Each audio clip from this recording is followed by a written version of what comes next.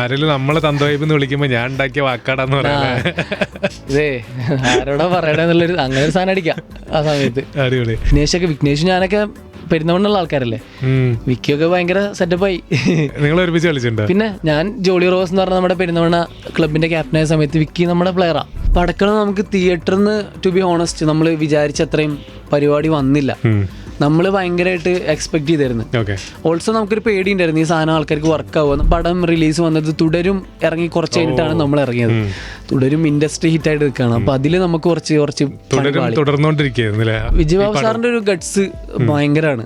കാരണം നമുക്കൊക്കെ ഈ സിനിമയിൽ ഒരു ഘട്ടത്തിൽ ഡൗട്ടുള്ള സമയത്തും പുള്ളി അപ്പോഴും പറയായിരുന്നു അടികപ്പേരെ കൂട്ടമണി പുള്ളി ഇറക്കിയ സമയത്ത് കൂടെ കിടിലം പടങ്ങളുണ്ട്, പക്ഷെ അതിൽ വിന്നറായത് അടികപ്പേരെ കൂട്ടമണിയാണ് എന്നുള്ളത് അപ്പൊ പറയുമായിരുന്നു. 2026 റൊണാൾഡോന്റെ വർഷമാവോ? ആവട്ടെ. കാരണം എന്താ അറിയോ, അങ്ങനെ ഒരു ആഗ്രഹം റൊണാൾഡോ ഫാൻസിന് ബാക്കിയുണ്ടോ? എന്നോട് അനിയൻ ചോദിക്കും, ഈ ഞാൻ ഇംഗ്ലണ്ട് ഫാനാ, ഫൈനലിൽ എങ്ങാനും 2026 വേൾഡ് കപ്പില് ഇംഗ്ലണ്ടും പോർച്ചുഗലും മാച്ച് വന്ന് ആരെ സപ്പോർട്ട് ചെയ്യും? ഞാൻ ഹാർഡ് കോർ ഇംഗ്ലണ്ട് ഫാൻ ആണെങ്കിൽ പോലും ഞാൻ റൊണാൾഡോക്ക് വേണ്ടി ഞാൻ പോർച്ചുഗലിനെ സപ്പോർട്ട് ചെയ്യുന്ന ഞാൻ പറഞ്ഞു അനിയനോട്. അപ്പം കളിയാക്കി സ്വന്തം ടീമിനെ തള്ളി പറയുന്നത്. പക്ഷെ ഇംഗ്ലണ്ടിനേക്കാൾ വലുതാണ് എനിക്ക് റൊണാൾഡോ. ഈ 90s ജനറേഷന് പേടി സ്വപ്നമായി മാറിയ ഒരു വാക്കിന്റെ ഉപജ്ഞാതാവാണ്, ആ വാക്കുണ്ടാക്കിയ ആളാണ് സാഫ് ബോയ്, തന്ത വൈബ്. അതിൽ ഞാനിന്ന് ഖേദിക്കുന്നു. കാരണം രജനി സാറിനെ കണ്ട അതിന്റെ ഇടയിലല്ലേ? എന്തായാലും പറഞ്ഞോ. വണക്കം ഇത് മാത്രമേ പറഞ്ഞുള്ളൂ. ബോഡി സ്വാപ്പ് രംഗം ഉണ്ടല്ലോ, അതിൽ സത്യം പറഞ്ഞാൽ നിങ്ങൾക്കും കൺഫ്യൂഷൻ ആയിരുന്നോ? അതായത് ഇത് ആരാണ്, ഏതാണ്, ഏത് ക്യാരക്ടറാണ്? സന്ദീപ്, സുരാജേട്ടൻ, ഷറഫുദ്ദീൻ. നമുക്ക് തന്നെ ഒരു 5 മിനിറ്റ് എടുക്കും കത്താൻ. നിങ്ങൾക്ക് അഭിനയിച്ചപ്പോ ആ കൺഫ്യൂഷൻ വന്നായിരുന്നു. നിങ്ങൾക്ക് 5 മിനിറ്റ് എടുത്തെങ്കിൽ നമുക്ക് 10 മിനിറ്റ് എടുത്തായിരുന്നു. ക്രിക്കറ്റർ ആവാൻ ഇറങ്ങി തിരിച്ച, അതിനുശേഷം കോണ്ടന്റ് ക്രിയേറ്ററായി മാറിയ, ഇപ്പോൾ ആക്ടറായി നിൽക്കുന്ന ഒരു യങ്സ്റ്റർ ആണ് ഇന്നത്തെ സ്റ്റാർ ജാമിലേക്ക് Saaf boy. Welcome to star jam. Thank you bro.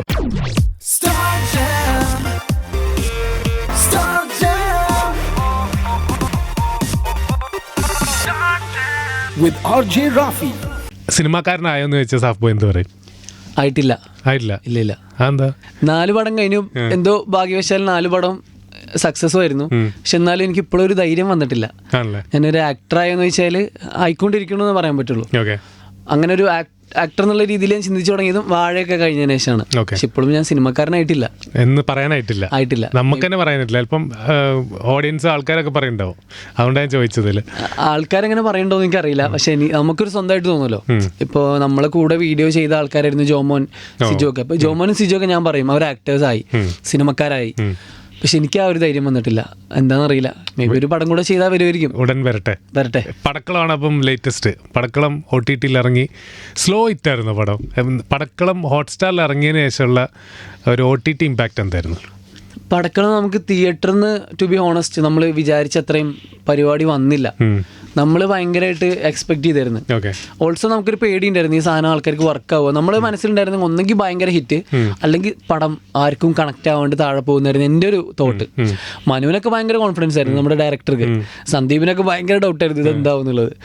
അപ്പോൾ നിങ്ങൾ ഈ ഡൗട്ട് മനുവിനോട് പറഞ്ഞായിരുന്നു? പിന്നെ ഓപ്പൺ ആയിട്ട് പറയും ഞങ്ങള്. സന്ദീപൊക്കെ ഓപ്പൺ ആയിട്ട് പറയും, മനു പടം എനിക്കൊരു പ്രതീക്ഷയില്ല എന്നൊക്കെ പറയും ചില സമയത്ത്. പക്ഷെ ചില സീൻസ് കാണുമ്പോൾ നമുക്ക് തോന്നാം ഇത് ഹുക്ക് ഉണ്ട് നിൽക്കുന്നൊക്കെ. അങ്ങനെ നമ്മൾ തിയേറ്ററിൽ നിന്ന് ഒരു ഭയങ്കര ഹിറ്റ് പ്രതീക്ഷിച്ചു. പക്ഷെ ആൾക്കാർ കുറേ പേര് നമ്മൾ എത്ര പ്രൊമോട്ട് ചെയ്തിട്ടും കുറേ പേര് കണ്ടിട്ടില്ല പടം എന്നുള്ളത്. OTT ഇറങ്ങിയപ്പോൾ നമുക്ക് മനസ്സിലായ. കാരണം OTT ഇറങ്ങിയ ശേഷം ഭയങ്കര ഓളമായിരുന്നു. അപ്പം ഞാൻ മനസ്സിലാക്കണത് നമുക്ക് പടം റിലീസ് വന്നത് തുടരും ഇറങ്ങി കുറച്ച് കഴിഞ്ഞിട്ടാണ് നമ്മൾ ഇറങ്ങിയത്. തുടരും ഇൻഡസ്ട്രി ഹിറ്റായിട്ട് നിൽക്കുകയാണ്. അപ്പം അതിൽ നമുക്ക് കുറച്ച് കാരണം നമുക്ക് പീക്ക് ടൈമിൽ പോലും നമുക്ക് തുടരുമിൻ്റെ അത്ര പോലും ടിക്കറ്റ് സെയിൽസ് ഉണ്ടായിരുന്നില്ല ബുക്ക് മൈ ഷോയിലൊക്കെ നോക്കുമ്പോൾ. ദാറ്റ് മീൻസ് ലാലേട്ടൻ ഭരിച്ചുകൊണ്ട് കയറുന്നു ഇവിടെ. ആ സമയത്ത് നമുക്ക് ലാലേട്ടൻ്റെ കൂടെ പിടിക്കാൻ പറ്റിയില്ല. പക്ഷെ OTT ഇറങ്ങിയപ്പോൾ പടത്തിന്റെ റിയൽ ഔട്ട്പുട്ട് നമുക്ക് കിട്ടി. ഭയങ്കരമായിട്ട് ആൾക്കാർ മെയിനായിട്ട് ഫോളോവേഴ്സ് കൂടും. നമുക്ക് മനസ്സിലാവും ഒരു പടം ഇറങ്ങുന്ന സമയത്ത് ഹിറ്റാണെങ്കിൽ നമുക്ക് ഓട്ടോമാറ്റിക്കലി നമ്മളെ പ്രൊഫൈൽ ഇൻസ്റ്റാഗ്രാം എൻഗേജ്മെന്റ്സ് കൂടും. അപ്പോൾ ഏറ്റവും കൂടുതൽ ഫോളോവേഴ്സ് കൂടിയത് പടത്തിന് അത് എനിക്കൊണ്ട് വാഴയായിരുന്നു. വാഴ ഇറങ്ങിയതിന് ശേഷമായിരുന്നു. പക്ഷെ എനിക്ക് അങ്ങനെ ജഡ്ജ് ചെയ്യാൻ അറിയില്ല. കാരണം വീഡിയോസ് ചെയ്യുമ്പോൾ അതെ അപ്പോൾ ഇതിൽ നിന്നാണ് അറിയില്ല. പക്ഷെ എനിക്ക് വാഴ ഇറങ്ങിയതിന് ശേഷം കുറച്ചധികം എൻഗേജ്മെന്റ്സ് ഫീൽ ചെയ്തായിരുന്നു. പിന്നെ നമുക്ക് സ്റ്റോറി മെൻഷൻസ് വരും, ടാഗ്സ് വരും, നമ്മുടെ പടത്തിലെ കട്ട്സ് വെച്ചിട്ട് ഓരോ എഡിറ്റ്സ് വരും. അതൊക്കെ അടിപൊളി സാധനങ്ങളൊക്കെ ഉണ്ടായിരുന്നു. പടം ഇത്രയും അടിപൊളിയായിരുന്നു എന്ന് അപ്പോഴാണ് എനിക്ക് കിട്ടിയത്.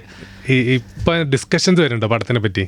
അങ്ങനെ സാഫ് ബോയ്ക്ക് ഏറ്റ ഡിസ്കഷൻ പറയണ കാര്യങ്ങൾ എന്തൊക്കെയാ? പടത്തിന്റെ കുറച്ച് പോസിറ്റീവ് സാധനം എനിക്ക് മനുവിനെയും വിജയബാബു സാറിനെയും ഭയങ്കര അപ്രീഷിയേറ്റ് ചെയ്യാൻ തോന്നിയ സംഭവം എന്ന് വെച്ചാൽ പടത്തിലെ ക്യാരക്ടേഴ്സും പടവും ഒരിക്കലും ഒരു ഫാമിലി ഓഡിയൻസിന് എന്തെങ്കിലും റോങ് അടിക്കുന്ന ഒരു സാധനം ഉണ്ടാവരുത് എന്നുള്ളൊരു നിർബന്ധം ഉണ്ടായിരുന്നു മനുവിന് എസ്പെഷ്യലി. ഡയറക്ടർക്ക് എപ്പോഴും നമ്മളിപ്പോൾ ഞാനതിൽ ചില കോപ്പ് എന്നൊക്കെ പറയുന്നത് എന്ത് കോപ്പ് എന്നൊക്കെ പറയുന്ന സാധനമൊക്കെ മനു ഡബിലേ പറ്റൂല കോപ്പൊക്കെ സെൻസറാവും, നമുക്ക് കോപ്പ് എന്ന് പറയാൻ പറ്റില്ല, അതിന് വേറെ അർത്ഥങ്ങളുണ്ട്, അതുകൊണ്ട് കോപ്പൊക്കെ ക്നാപ്പാക്കി മനു. അതുപോലെ ചില സാധനങ്ങൾ മനു പറയാൻ സമ്മതിക്കൂല. അത് ഡയറക്ടർ ഒരു പിടിവാശി എന്നുള്ളതിനപ്പുറം ഒരു വിഷനാണ്. അതായത് നമ്മുടെ ക്യാരക്ടേഴ്സ് അങ്ങനെയല്ല. ഇപ്പം എനിക്ക് നമ്മൾ പടത്തിൽ ഫ്രണ്ട് ബെഞ്ചേഴ്സ് ആയിട്ട് പ്ലേ ചെയ്യുമ്പോൾ പോലും നമ്മൾ ആക്ച്വലി ഫ്രണ്ട് ബെഞ്ചേഴ്സ് അല്ല. അപ്പം ഞാനൊന്നും ഫ്രണ്ട് ബെഞ്ചറല്ല, എന്നാൽ ബാക്ക് ബെഞ്ചറും അല്ല, ഒരു മിഡിൽ പരിപാടിയാണ്. അപ്പോൾ നമുക്ക് നാച്ചുറലി നമ്മുടെ ഫ്രണ്ട്സിനോടുള്ള സംസാരങ്ങളിൽ വരുന്ന കുറേ ഡയലോഗ്സ് ഉണ്ട്, ഒന്നും ഉപയോഗിക്കാൻ പറ്റില്ല. അപ്പോൾ മനു പറയല്ലേ അപ്പോൾ നമ്മളിങ്ങനെ അപ്പോൾ നമുക്ക് എന്താ സ്വാഭാവികമായിട്ട് ഉണ്ടാക്കണ ഫണ്ട് ഉണ്ടാക്കാൻ പറ്റില്ല നമുക്ക്. അപ്പോൾ നമുക്ക് കുറച്ച് ബുദ്ധിമുട്ടായിരുന്നു. പക്ഷേ ഇപ്പോൾ OTT ഇറങ്ങിയതിന് ശേഷമാണ് മനുവിനെ ഞാൻ റെസ്പെക്ട് ചെയ്തത്.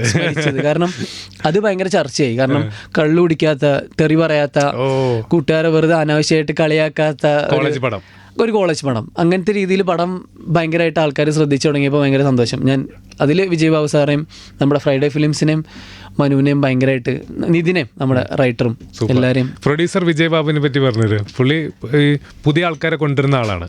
അപ്പോൾ ഇതും എന്താ പറയുക എക്സ്പെരിമെന്റ് എന്ന് വേണേൽ പറഞ്ഞൂടെ. പിന്നെ വിജയബാബു സാറിന്റെ ഒരു ഗട്ട്സ് ഭയങ്കരമാണ്. കാരണം നമുക്കൊക്കെ സിനിമയിൽ ഒരു ഘട്ടത്തിൽ ഡൗട്ടുള്ള സമയത്തും പുള്ളി അപ്പോഴും പറയായിരുന്നു, മറ്റേ അടികപ്പേരെ കൂട്ടമണി പുള്ളി ഇറക്കിയ സമയത്ത് കൂടെ കിടിലം പടങ്ങളുണ്ട്, പക്ഷെ അതിൽ വിന്നറായത് അടികപ്പേരെ കൂട്ടമണിയാണ് എന്നുള്ളത് അപ്പം പറയുമായിരുന്നു. അപ്പം നമ്മൾ പുള്ളി കോൺഫിഡൻസ് ഉണ്ട്, അപ്പോൾ നമുക്ക് ആ ഒരു ധൈര്യം, പുള്ളിയുടെ ധൈര്യമാണ് നമ്മുടെ ധൈര്യം. പുള്ളി ഇത്ര എക്സ്പീരിയൻസ് ഉള്ള ആളാണ് പ്രൊഡ്യൂസ് ചെയ്തിട്ട്. അപ്പം നമുക്ക് ആ ഒരു ധൈര്യം ഭയങ്കരമായിരുന്നു. അപ്പോൾ സമ്മതിക്കണം ആ വിഷൻ.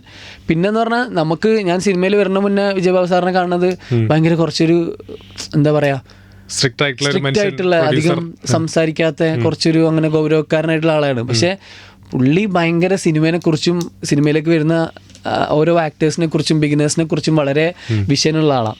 നമ്മൾ പടക്കളം ഷൂട്ട് തുടങ്ങിയ ഒരു 10 ദിവസത്തിനുള്ളിൽ നമ്മളിങ്ങനെ രാത്രി അവിടെ ഇരിക്കുന്ന സമയത്ത് പറയും, സന്ദീപിനോട് പറയും, എടാ നീ ഇങ്ങനെ ചെയ്യണം, എന്നോട് നീ ഇങ്ങനെ ചെയ്യണം, ഇതാണ് സിനിമയ്ക്ക് നിങ്ങളുടെ റൂട്ട് എന്നുള്ള പുള്ളി നമുക്കൊരു റൂട്ട് നമുക്ക് ചെന്നായിരുന്നു.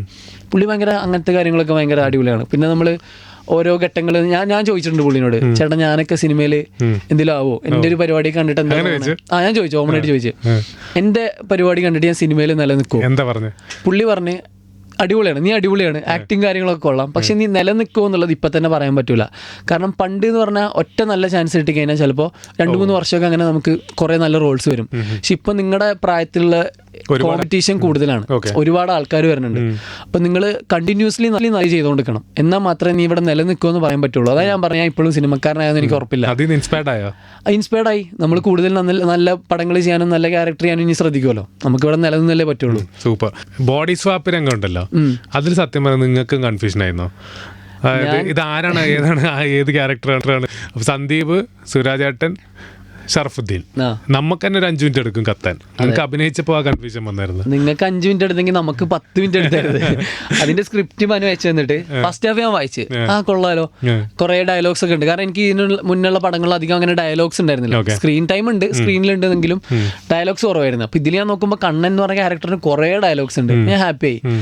ഫസ്റ്റ് ഹാഫ് കഴിഞ്ഞ് സെക്കൻഡ് ഹാഫ് എനിക്ക് ഒന്നും മനസ്സിലാവണില്ല. ഞാൻ 2-3 പ്രാവശ്യം വായിച്ചു, എനിക്കൊന്നും മനസ്സിലാവണില്ല. വായിച്ചിട്ടാണ് നമ്മൾ പറയേണ്ടത് പടം ഓക്കെയാണ് നമ്മൾ ചെയ്യുന്നുണ്ടോ ഉള്ളത്. അപ്പോൾ എനിക്ക് മനസ്സിലായി ഇതെന്തൊക്കെയോ സംഭവം മനു പ്ലാൻ ചെയ്തിട്ടുണ്ട്. അതങ്ങോട്ട് വിശ്വസിച്ച് ഞാൻ, ഫ്രൈഡേ ഫിലിം ഹൗസ് ആണ്, അവർ ചുമ്മാ ഒന്നും കാണാതെ ഇങ്ങനെ ഒരു പടം എടുക്കില്ല. അങ്ങനെ സെക്കൻഡ് ഹാഫ് ഞാൻ വായിച്ചിട്ടില്ല, പിന്നെ അങ്ങനെയാണ് ചെയ്തത്, വായിക്കാണ്ടേ ചെയ്തത്. ഇപ്പൊ അഭിനയിച്ചപ്പം ബോഡി സ്വാപ്പ് ആവുമല്ലോ, ക്യാരക്ടേഴ്സ് അങ്ങോട്ട് ഇങ്ങോട്ട് മാറല്ലോ, അപ്പം നിങ്ങൾക്ക് കൺഫ്യൂഷൻ വന്നതിനോ? പിന്നെ ഭയങ്കര കൺഫ്യൂഷൻ ആയിരുന്നു. കാരണം ഒരു മൊമെന്റ് കഴിയുമ്പോൾ സുരാജേട്ടനാണ് ജിതിൻ, നമ്മുടെ ഫ്രണ്ട് സുരാജേട്ടനാണ്. അപ്പൊ നമുക്ക് സുരാജേട്ടൻ എന്നുള്ള വ്യക്തിയോട് നോർമലി നമുക്ക് കൊടുക്കേണ്ട ഒരു റെസ്പെക്ട് നമുക്ക് കൊടുക്കാൻ പറ്റൂല. കാരണം ബിക്കോസ് ഫ്രണ്ടാണ്, ജിതിനാണ് നിൽക്കണത്. അപ്പോൾ നമുക്ക് തൊട്ടിട്ടും അതുപോലെ അടിച്ചിട്ടൊക്കെ സംസാരിക്കണം, പുച്ഛിക്ക് കുറച്ച് മുഖത്തൊക്കെ നോക്കി പുച്ഛമൊക്കെ കൊടുക്കണം. അങ്ങനത്തെ കൺഫ്യൂഷൻ ഉണ്ടായിരുന്നു. അപ്പോൾ നമ്മളറിയാണ്ട് ഞാനൊക്കെ സുരാജേട്ടൻ എന്നുള്ളതുകൊണ്ട് എനിക്ക് ഫ്രണ്ടാണെങ്കിൽ പോലും ഇങ്ങനെ ഒരു റെസ്പെക്റ്റ് ഓട്ടോമാറ്റിക്കലി വരുമായിരുന്നു. അപ്പോൾ മനു പറയും നിന്റെ ഫ്രണ്ടാണ്, ജിതിനാണ്, അത് സന്ദീപാണ്, അത് മനസ്സിലാക്കുക. അപ്പൊ അങ്ങനത്തെ ഒരു സാധനം നമുക്കൊരു പേടിയാണല്ലോ. പുള്ളിക്ക് അതൊന്നും കിട്ടൂല, പുള്ളി ആക്ടിങ് പരിപാടി പിടിച്ചു വെക്കും. ഷറഫുദ്ദീനും അവരൊക്കെ കൂളായിട്ട് അവര് അഡാപ്റ്റ് ചെയ്ത്. എനിക്കായിരുന്നു കൺഫ്യൂഷൻ. പാട്ട് ഭയങ്കര രസമുള്ള പാട്ടാണ്. അതെ അതെ, പാട്ട് നമുക്ക് കറക്റ്റ് രാജ്മരികേശം മറ്റേ നമ്മുടെ ഇതുണ്ടല്ലോ, പക്ഷെ പടത്തിന്റെ പേരെന്നായിരുന്നു,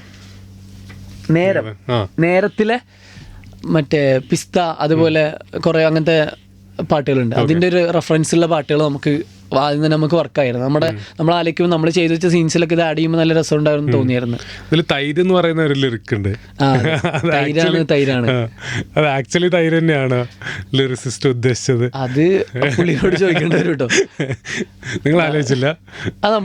അത് ഫസ്റ്റ് അന്തിമ കേൾപ്പിച്ച സമയത്ത് നമ്മൾ ചിരിച്ചായിരുന്നത്. എടാ ഇതൊക്കെ എങ്ങനെ വരും എന്നുള്ള ഒരു കൺഫ്യൂഷനിൽ നമ്മളത് ഭയങ്കരമായിട്ട് എടുത്തായിരുന്നു. പക്ഷെ അതൊക്കെ പടത്തിന്റെ ഓളത്തിലങ്ങ് പോയി. സാഫ് ബോയുടെ ഇപ്പോഴത്തെ ലൈഫ് എടുക്കുകയാണെങ്കിൽ ഡെയിലി റുട്ടീൻ എന്താണ്? എന്തൊക്കെയാണ് പരിപാടികൾ? പടക്കളം കഴിഞ്ഞതിന് ശേഷം ഡെയിലി റുട്ടീൻ എന്ന് പറഞ്ഞാൽ ഞാൻ രണ്ട് കാര്യം ചെയ്യണുള്ളൂ. ഓക്കെ, ഒന്ന് വർക്കൗട്ട് ചെയ്യും, ഒന്ന് ഇടയ്ക്ക് കോഴിക്കോട് നമ്മുടെ കഫേ പോകും. ഇത്രേ ചെയ്യണുള്ളൂ. ഞാൻ കഫേ തുടങ്ങി DV8 എന്ന് പറഞ്ഞിട്ടൊരു കഫേ. അപ്പോൾ അതിലൊരുപാട് ബിസിനസ്സുകാരനായി മാറിയോ? ഓൺട്രപ്രണർ ആവുന്ന എനിക്ക് ഭയങ്കര അങ്ങനെ ആഗ്രഹമുള്ള ഒരു സംഭവമല്ലായിരുന്നു. ഞാൻ ചെയ്തിട്ടുണ്ട് ഓൺട്രപ്രണർ പരിപാടി, പക്ഷെ എനിക്ക് അത്ര കുറച്ച് കോൺഫിഡൻസ് കുറവായിരുന്നു. പിന്നെ കഫേ എന്നുള്ള സംഭവം ഞങ്ങളൊരു കഫേ മാത്രമല്ല, അത് ശീശയുണ്ട്, ഒരു ഹാങ് ഔട്ട് സ്പോട്ടാണ്. അപ്പം അങ്ങനത്തെ ഒരു സംഭവം കുറച്ച് കാലം മുന്നുള്ള ആഗ്രഹമായിരുന്നു എൻ്റെ ഒരു കസിൻ്റെ. അപ്പം ഞങ്ങൾ രണ്ടുപേരും കുറച്ച് നമ്മുടെ പാർട്ട്നേഴ്സും കൂടെ തുടങ്ങിയതാണ്. സ്പോർട്സ് കഫേ ആണല്ലേ? സ്പോർട്സ് കഫേ അല്ലായിരുന്നു, പക്ഷേ നമ്മുടെ കുറച്ച് ആഗ്രഹപ്രകാരം അങ്ങനെ ആക്കിയപ്പോൾ ഇപ്പോൾ സ്പോർട്സ് കമ്മ്യൂണിറ്റി ഉണ്ട്. നമുക്ക് മാച്ചസ് കാണാൻ ആൾക്കാർ വരും. നമ്മുടെ മുകളിൽ പൂൾ ബോർഡ് സെറ്റ് ചെയ്തിട്ടുണ്ട്. അപ്പം അങ്ങനെ ഒരു സ്പോർട്സ് കൾച്ചർ ഉണ്ട് ഇപ്പോൾ അവിടെ. ഫുട്ബോൾ കാണാൻ ആൾക്കാർ വരും, ഫുട്ബോൾ കാണാൻ, ക്രിക്കറ്റ് കാണാനും എല്ലാത്തിനും ആൾക്കാർ വരും. മാച്ച് കാണാനായിട്ട്, കാരണം മാച്ചും കാണാം, ഫുഡും കഴിക്കാം, കോഫിയും കുടിക്കാം, ശീശയും വലിക്കാം, അങ്ങോട്ടും ചെയ്യാം. നമ്മൾ NH നമ്മൾ ഹൈവേന്ന് ഒരു സർവീസ് റോഡിലേക്ക് ഒരു ഡീവിയേഷൻ കൊടുത്താലാണ് കഫേയിലെത്തുക. ഡീവിയേറ്റ് അങ്ങനെ ഒരു കോൺസെപ്റ്റ്. അപ്പോൾ കഫേയുടെ പരിപാടികളുണ്ട്, വർക്കൗട്ട് ഉണ്ടെന്ന് കണ്ടുമ്പോൾ മനസ്സിലായി. കാരണം പടക്കളത്തിൽ ഉള്ള ഒരു ലുക്കല്ല ഇപ്പോൾ, ഭയങ്കരമായിട്ട് മെലിഞ്ഞ്. എനിക്കൊന്ന് ക്രിക്കറ്ററുടെ ഫിറ്റ്നസ് ഓൾറെഡി ഉള്ളതുകൊണ്ടാണ് പെട്ടെന്ന് പെട്ടെന്നല്ല. ഞാൻ കുറച്ച് സമയം എടുത്തിട്ടുണ്ട്, കുറച്ച് പണിയെടുത്തിട്ടുണ്ട്. ഞാൻ പടക്കളം ചെയ്യുമ്പോൾ ഞാനൊരു 86 കിലോ ഉണ്ട്. അപ്പോൾ എനിക്ക് പടക്കളത്തിൽ പണി കിട്ടിയെന്ന് വെച്ചാൽ ഇവന്മാർ 3 പേരും മെലിഞ്ഞിട്ടാ. അപ്പം ഞാൻ അത്ര തടിയുള്ള കാര്യം ഞാൻ നോട്ട് ചെയ്തിട്ടില്ല. പക്ഷെ ഇവന്മാർ 3 പേര് കൂടെ നിൽക്കുമ്പോൾ ഞാൻ ഭയങ്കര തടിയായിട്ട് എനിക്ക് തോന്നും. ഇപ്പോൾ റൊണാൾഡോ ഫാനാണെന്ന് ഉറപ്പിച്ച്. പിന്നല്ലാണ്ട് റൊണാൾഡോനോടാണ് നമുക്ക് ആ ഒരു സാധനം തോന്നിയിട്ടുള്ളൂ ചെറുപ്പം തൊട്ട്. അപ്പോൾ റൊണാൾഡോ ഫാനാണെന്ന് പറഞ്ഞാൽ നമ്മൾ ചോദിക്കും മെസ്സി റൊണാൾഡോ വൈ എന്ന് ചോദിക്കുക. എനിക്ക് മെസ്സിനെ ഇഷ്ടമാണ്, പക്ഷെ എനിക്ക് ഒരു ആരാധന തോന്നിയിട്ടുള്ളത് റൊണാൾഡോനോടാണ്. കാരണം ഓരോ ടൈപ്പ് സ്പോർട്സ് പേഴ്സൺ രണ്ടാളും ഡിഫറെൻ്റ് ആണല്ലോ. അപ്പോൾ എനിക്ക് കുറച്ചുകൂടി ഇഷ്ടമുള്ളത് റൊണാൾഡോൻ്റെ അഗ്രഷനും ഡിറ്റർമൈൻഡ് ആയിട്ടുള്ള ഒരു ആറ്റിറ്റ്യൂഡും കാര്യങ്ങളൊക്കെയാണ്. എത്ര ഏജ് ആയാലും ഒരു 20s നിൽക്കുന്ന പോലത്തെ ആറ്റിറ്റ്യൂഡൊക്കെയാണ് എനിക്ക് കുറച്ചുകൂടെ ഇഷ്ടം. കുറച്ച് ടീം ലീഡർ എന്നുള്ള പോലത്തെ ആറ്റിറ്റ്യൂഡ്, അതിനാണ് എനിക്ക് കുറച്ചുകൂടെ ആരാധന തോന്നാറ്. കാമായിട്ട് നിൽക്കണ, അല്ലെങ്കിൽ മെസ്സി കുറച്ചുകൂടെ കാമായിട്ട് ഹാൻഡിൽ ചെയ്യണത് എനിക്ക് അത്ര ആരാധന തോന്നിയിട്ടില്ല. അതുകൊണ്ടായിരിക്കും എനിക്ക് ആ ഒരു അഗ്രഷനും ആ ഒരു കുറച്ച് ഷോ ഓഫും പരിപാടികളാണ് എനിക്ക്. കോഹ്ലിനെ ഇഷ്ടമാണ്, അങ്ങനത്തെ കാറ്റഗറിയാണ് എനിക്ക്. സച്ചിനേക്കാൾ ഇഷ്ടമാണ് കുറച്ചുകൂടെ കോഹ്ലിനെ. അതാണ് സംഭവം. ഓരോ ആൾക്കാർക്ക് ഓരോ പോലെയാണ്. ചിലർക്ക് മറ്റേ കുറച്ച് കാമായിട്ട് ഡീൽ ചെയ്യണം ഇഷ്ടം. 2026 റൊണാൾഡോന്റെ വർഷമാകുമോ? ആവട്ടെ. കാരണം എന്താ അറിയോ, അങ്ങനെ ഒരു ആഗ്രഹം റൊണാൾഡോ ഫാൻസിന് ബാക്കിയുണ്ടോ? എന്നോട് അനിയൻ ചോദിക്കും, ഞാൻ ഇംഗ്ലണ്ട് ഫാനാ, അപ്പൊ ഫൈനലിൽ എങ്ങാനും 2026 വേൾഡ് കപ്പിൽ ഇംഗ്ലണ്ടും പോർച്ചുഗലും മാച്ച് വന്ന് ആരെ സപ്പോർട്ട് ചെയ്യും? ഞാൻ ഹാർഡ് കോർ ഇംഗ്ലണ്ട് ഫാൻ ആണെങ്കിൽ പോലും ഞാൻ റൊണാൾഡോക്ക് വേണ്ടി ഞാൻ പോർച്ചുഗലിനെ സപ്പോർട്ട് ചെയ്യുന്ന ഞാൻ പറഞ്ഞു അനിയനോട്. അപ്പം കളിയാക്കി സ്വന്തം ടീമിനെ തള്ളി പറയുന്നത്. പക്ഷെ ഇംഗ്ലണ്ടിനേക്കാൾ വലുതാണ് എനിക്ക് റൊണാൾഡോ കപ്പടിച്ചാൽ പിന്നെ കംപ്ലീറ്റ് ആയി. ഒരു ആസ് എ ഫുട്ബോൾ ഫാൻ എന്നുള്ള രീതിയിൽ ജീവിതം കംപ്ലീറ്റ് ആയി. അപ്പൊ അങ്ങനെ ഒരു മൊമെന്റിന് വേണ്ടിയിട്ട് ഞാൻ വെയിറ്റ് ചെയ്യും. അങ്ങനെ ഒരു ആഗ്രഹം റൊണാൾഡോ ഫാൻസിന് ബാക്കിയുണ്ട്. മെസ്സിക്ക് എന്തായാലും കപ്പ് കിട്ടി, വിഷമമുണ്ട്. പക്ഷെ അല്ല, പുള്ളി ഹാർഡ് വർക്ക് ചെയ്ത് പുള്ളിയുടെ ഫുട്ബോൾ ലൈഫ് അങ്ങോട്ട് സെറ്റായി. ഇനിയൊന്നും നേടാനല്ലോ പുള്ളിക്ക്. നമ്മളങ്ങനെ ഒരു ലൈഫ് ആഗ്രഹിക്കുന്നുണ്ട്. നമുക്കും എല്ലാം കംപ്ലീറ്റ് ചെയ്യണം എന്നൊരു ആഗ്രഹമുണ്ട്. തണുത്ത കളിക്ക് പോയായിരുന്നില്ല നിങ്ങള്? അത് ഞാനും സന്ദീപും കൂടെ. കോൾഡ് പ്ലേ, എനിക്ക് പേര് ഇഷ്ടപ്പെട്ടു, തണുത്ത കളി എന്ന് പറഞ്ഞിട്ട് കളി. നമ്മളൊരു അവർക്ക് കിട്ടട്ടെ എന്ന് വെച്ചിട്ടത് ക്യാപ്ഷനാ. ഒന്നുമില്ല, ഞങ്ങൾ പടക്കണം സമയത്താണ് ഇങ്ങനെ അവർ Coldplay team world cup തുടങ്ങി.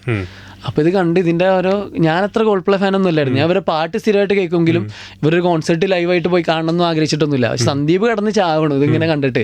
അപ്പം ഇവനാണ് എനിക്കൊരു സാധനം ഉണ്ടാക്കിയെടുത്തത്. ഇത് കാണണം, ഇത് കണ്ടില്ല നഷ്ടം എന്നൊക്കെയുള്ള ഒരു പരിപാടി എൻ്റെ ഉള്ളിൽ ഉണ്ടാക്കിയെടുത്തത് ഇവനാ. അങ്ങനെ പടക്കളം സെറ്റിൽ നിന്ന് ഞങ്ങൾ ട്രൈ ചെയ്ത് കിട്ടിയില്ല. നമ്മൾ ദുബായിലുള്ള കസിനെ ഏൽപ്പിച്ച്, കസിൻ്റെ വൈഫ് ഇങ്ങനെ ഒരു എക്സ്ട്രാ ഷോ ആഡ് ചെയ്തിട്ടുണ്ടെന്ന് പറഞ്ഞാൽ 40 നോക്കി ടിക്കറ്റ് കിട്ടി. അങ്ങനെ ഞങ്ങൾ തണുത്ത കളിക്ക് പോയത്. അടിപൊളിയായിരുന്നു കേട്ടോ. അയ്യോ, അതൊക്കെ ഇനി എനിക്ക് വേറെ ഏതെങ്കിലും കോൺസെർട്ട് കണ്ട് അത്രയും വൈബ് കിട്ടുമെന്ന് എനിക്കറിയില്ല. അത് ഭയങ്കര മാജിക്കൽ എക്സ്പീരിയൻസ് ആയിരുന്നു. കളേഴ്സ് വെച്ചിട്ട് ഒരു കളിയായിരുന്നു. മൂഡായിരുന്നു അത്. സൂപ്പർ. ഇവരിന്ന് എന്താ പഠിച്ചതെന്ന് പറയണം. ഓക്കെ, ഇതിൽ കോ ആക്ടേഴ്സ് ഉണ്ടാവും, സീനിയർ ആക്ടേഴ്സ് ഉണ്ടാവും. സിജു സണ്ണി, നിങ്ങളുടെ ഫ്രണ്ട്ഷിപ്പ് എങ്ങനെയാണ്? സിജു സണ്ണി ഞങ്ങളിപ്പോൾ ഒരുമിച്ച് ഞാൻ വാഴയും ചെയ്ത് ഗുരുവായൂർ അമ്പലനടയിലും ചെയ്ത്. സിജു സണ്ണിയും ഞാനും സ്ഥിരമായിട്ട് കോൺടാക്ട് ചെയ്യുന്ന ആൾക്കാരാണ്. നമ്മൾ കുറേ ആയിട്ട് ഒരു ട്രിപ്പൊക്കെ പ്ലാൻ ചെയ്യുന്നുണ്ട്, ഇതുവരെ നടന്നിട്ടില്ല. സിജുവിൻ്റെ ഒരു ആറ്റിറ്റ്യൂഡ് എന്ന് പറഞ്ഞാൽ സിജു സിനിമയൊക്കെ കയറാൻ വേണ്ടിയാണ് ലൈഫ് റീലൊക്കെ ചെയ്ത് തുടങ്ങിയത്. ഞാൻ പക്ഷെ അങ്ങനെയല്ലായിരുന്നു. അപ്പോൾ എനിക്ക് സിജുവിൻ്റെ ആഗ്രഹം എനിക്കറിയാം. സിജുവിന് ഇവിടെ നിലനിൽക്കണമെന്നും നല്ല ക്യാരക്ടേഴ്സ് ചെയ്യണമെന്നൊക്കെയുള്ള ആഗ്രഹമുണ്ട്. ഡിറ്റർമിൻഡ് ആളാണ്, റൈറ്ററാണ്. അപ്പോൾ സിജുവിൻ്റെ ഒരു കോൺസെപ്റ്റ് എന്താ വെച്ചാൽ ഒരു പരിപാടി എന്ന് പറഞ്ഞാൽ സിനിമയിൽ നിലനിൽക്കാൻ എല്ലാം ചെയ്യണം. ഓക്കെ, അവൻ വേണമെങ്കിൽ പാട്ട് എഴുതും, ചിലപ്പോൾ കഥ എഴുതും, ഡയറക്ഷൻ ചെയ്യും, അവൻ എന്തും ചെയ്യും. എനിക്കറിയാം അവൻ്റെ ആറ്റിറ്റ്യൂഡ്. സിനിമയിൽ നിൽക്കാൻ വേണ്ടി എന്തും ചെയ്യണ ആളാണ്. കൊള്ളാം. അപ്പോൾ അങ്ങനത്തെ ഒരാളാണ് സിജു. റെസ്പെക്ട് ഉണ്ട് എനിക്ക് അവനോട്. അച്ചീവ് ചെയ്ത ആളല്ലേ ഇതൊക്കെ. ബേസിൽ എന്താ പഠിച്ചതെന്ന് പറയണം. ബേസിലേട്ടൻ ചേട്ടനാണ്. വളരെ കാമായിട്ട് എങ്ങനെയാണ് ഒരു സെറ്റ് ഹാൻഡിൽ ചെയ്യാന്നൊക്കെ ഞാൻ പഠിച്ചിട്ടുണ്ട്. നമ്മൾ പുള്ളീനെ സൂപ്പർ സ്റ്റാർ ആയിട്ട് കാണാൻ ശ്രമിക്കുമ്പോഴും പുള്ളി ഭയങ്കര ഫ്രണ്ട്ലി ആയിട്ട് കാമായിട്ട് നമ്മളെ ഹാൻഡിൽ ചെയ്യണം. ഇപ്പോൾ പടക്കളം കണ്ടപ്പോഴൊക്കെ പുള്ളി വിളിച്ചിട്ട് പറഞ്ഞ് അടിപൊളിയായിട്ടുണ്ട്. പുള്ളിക്ക് അതിൻ്റെ ആവശ്യമില്ലല്ലോ, അടിപൊളിയായിട്ടുണ്ട്. അതൊരു നമുക്കൊരു ബിഗിനേഴ്സ് എന്നുള്ള രീതിയിൽ ഭയങ്കര മോട്ടിവേഷനാണ്. പുള്ളി വേറെ വലിയ പ്രൊജക്റ്റിൻ്റെ ഭാഗമായിട്ടിരിക്കുമ്പോഴും പുള്ളി മനുവിനെ വിളിച്ചിട്ട് നമ്മളോടൊക്കെ സംസാരിച്ചു.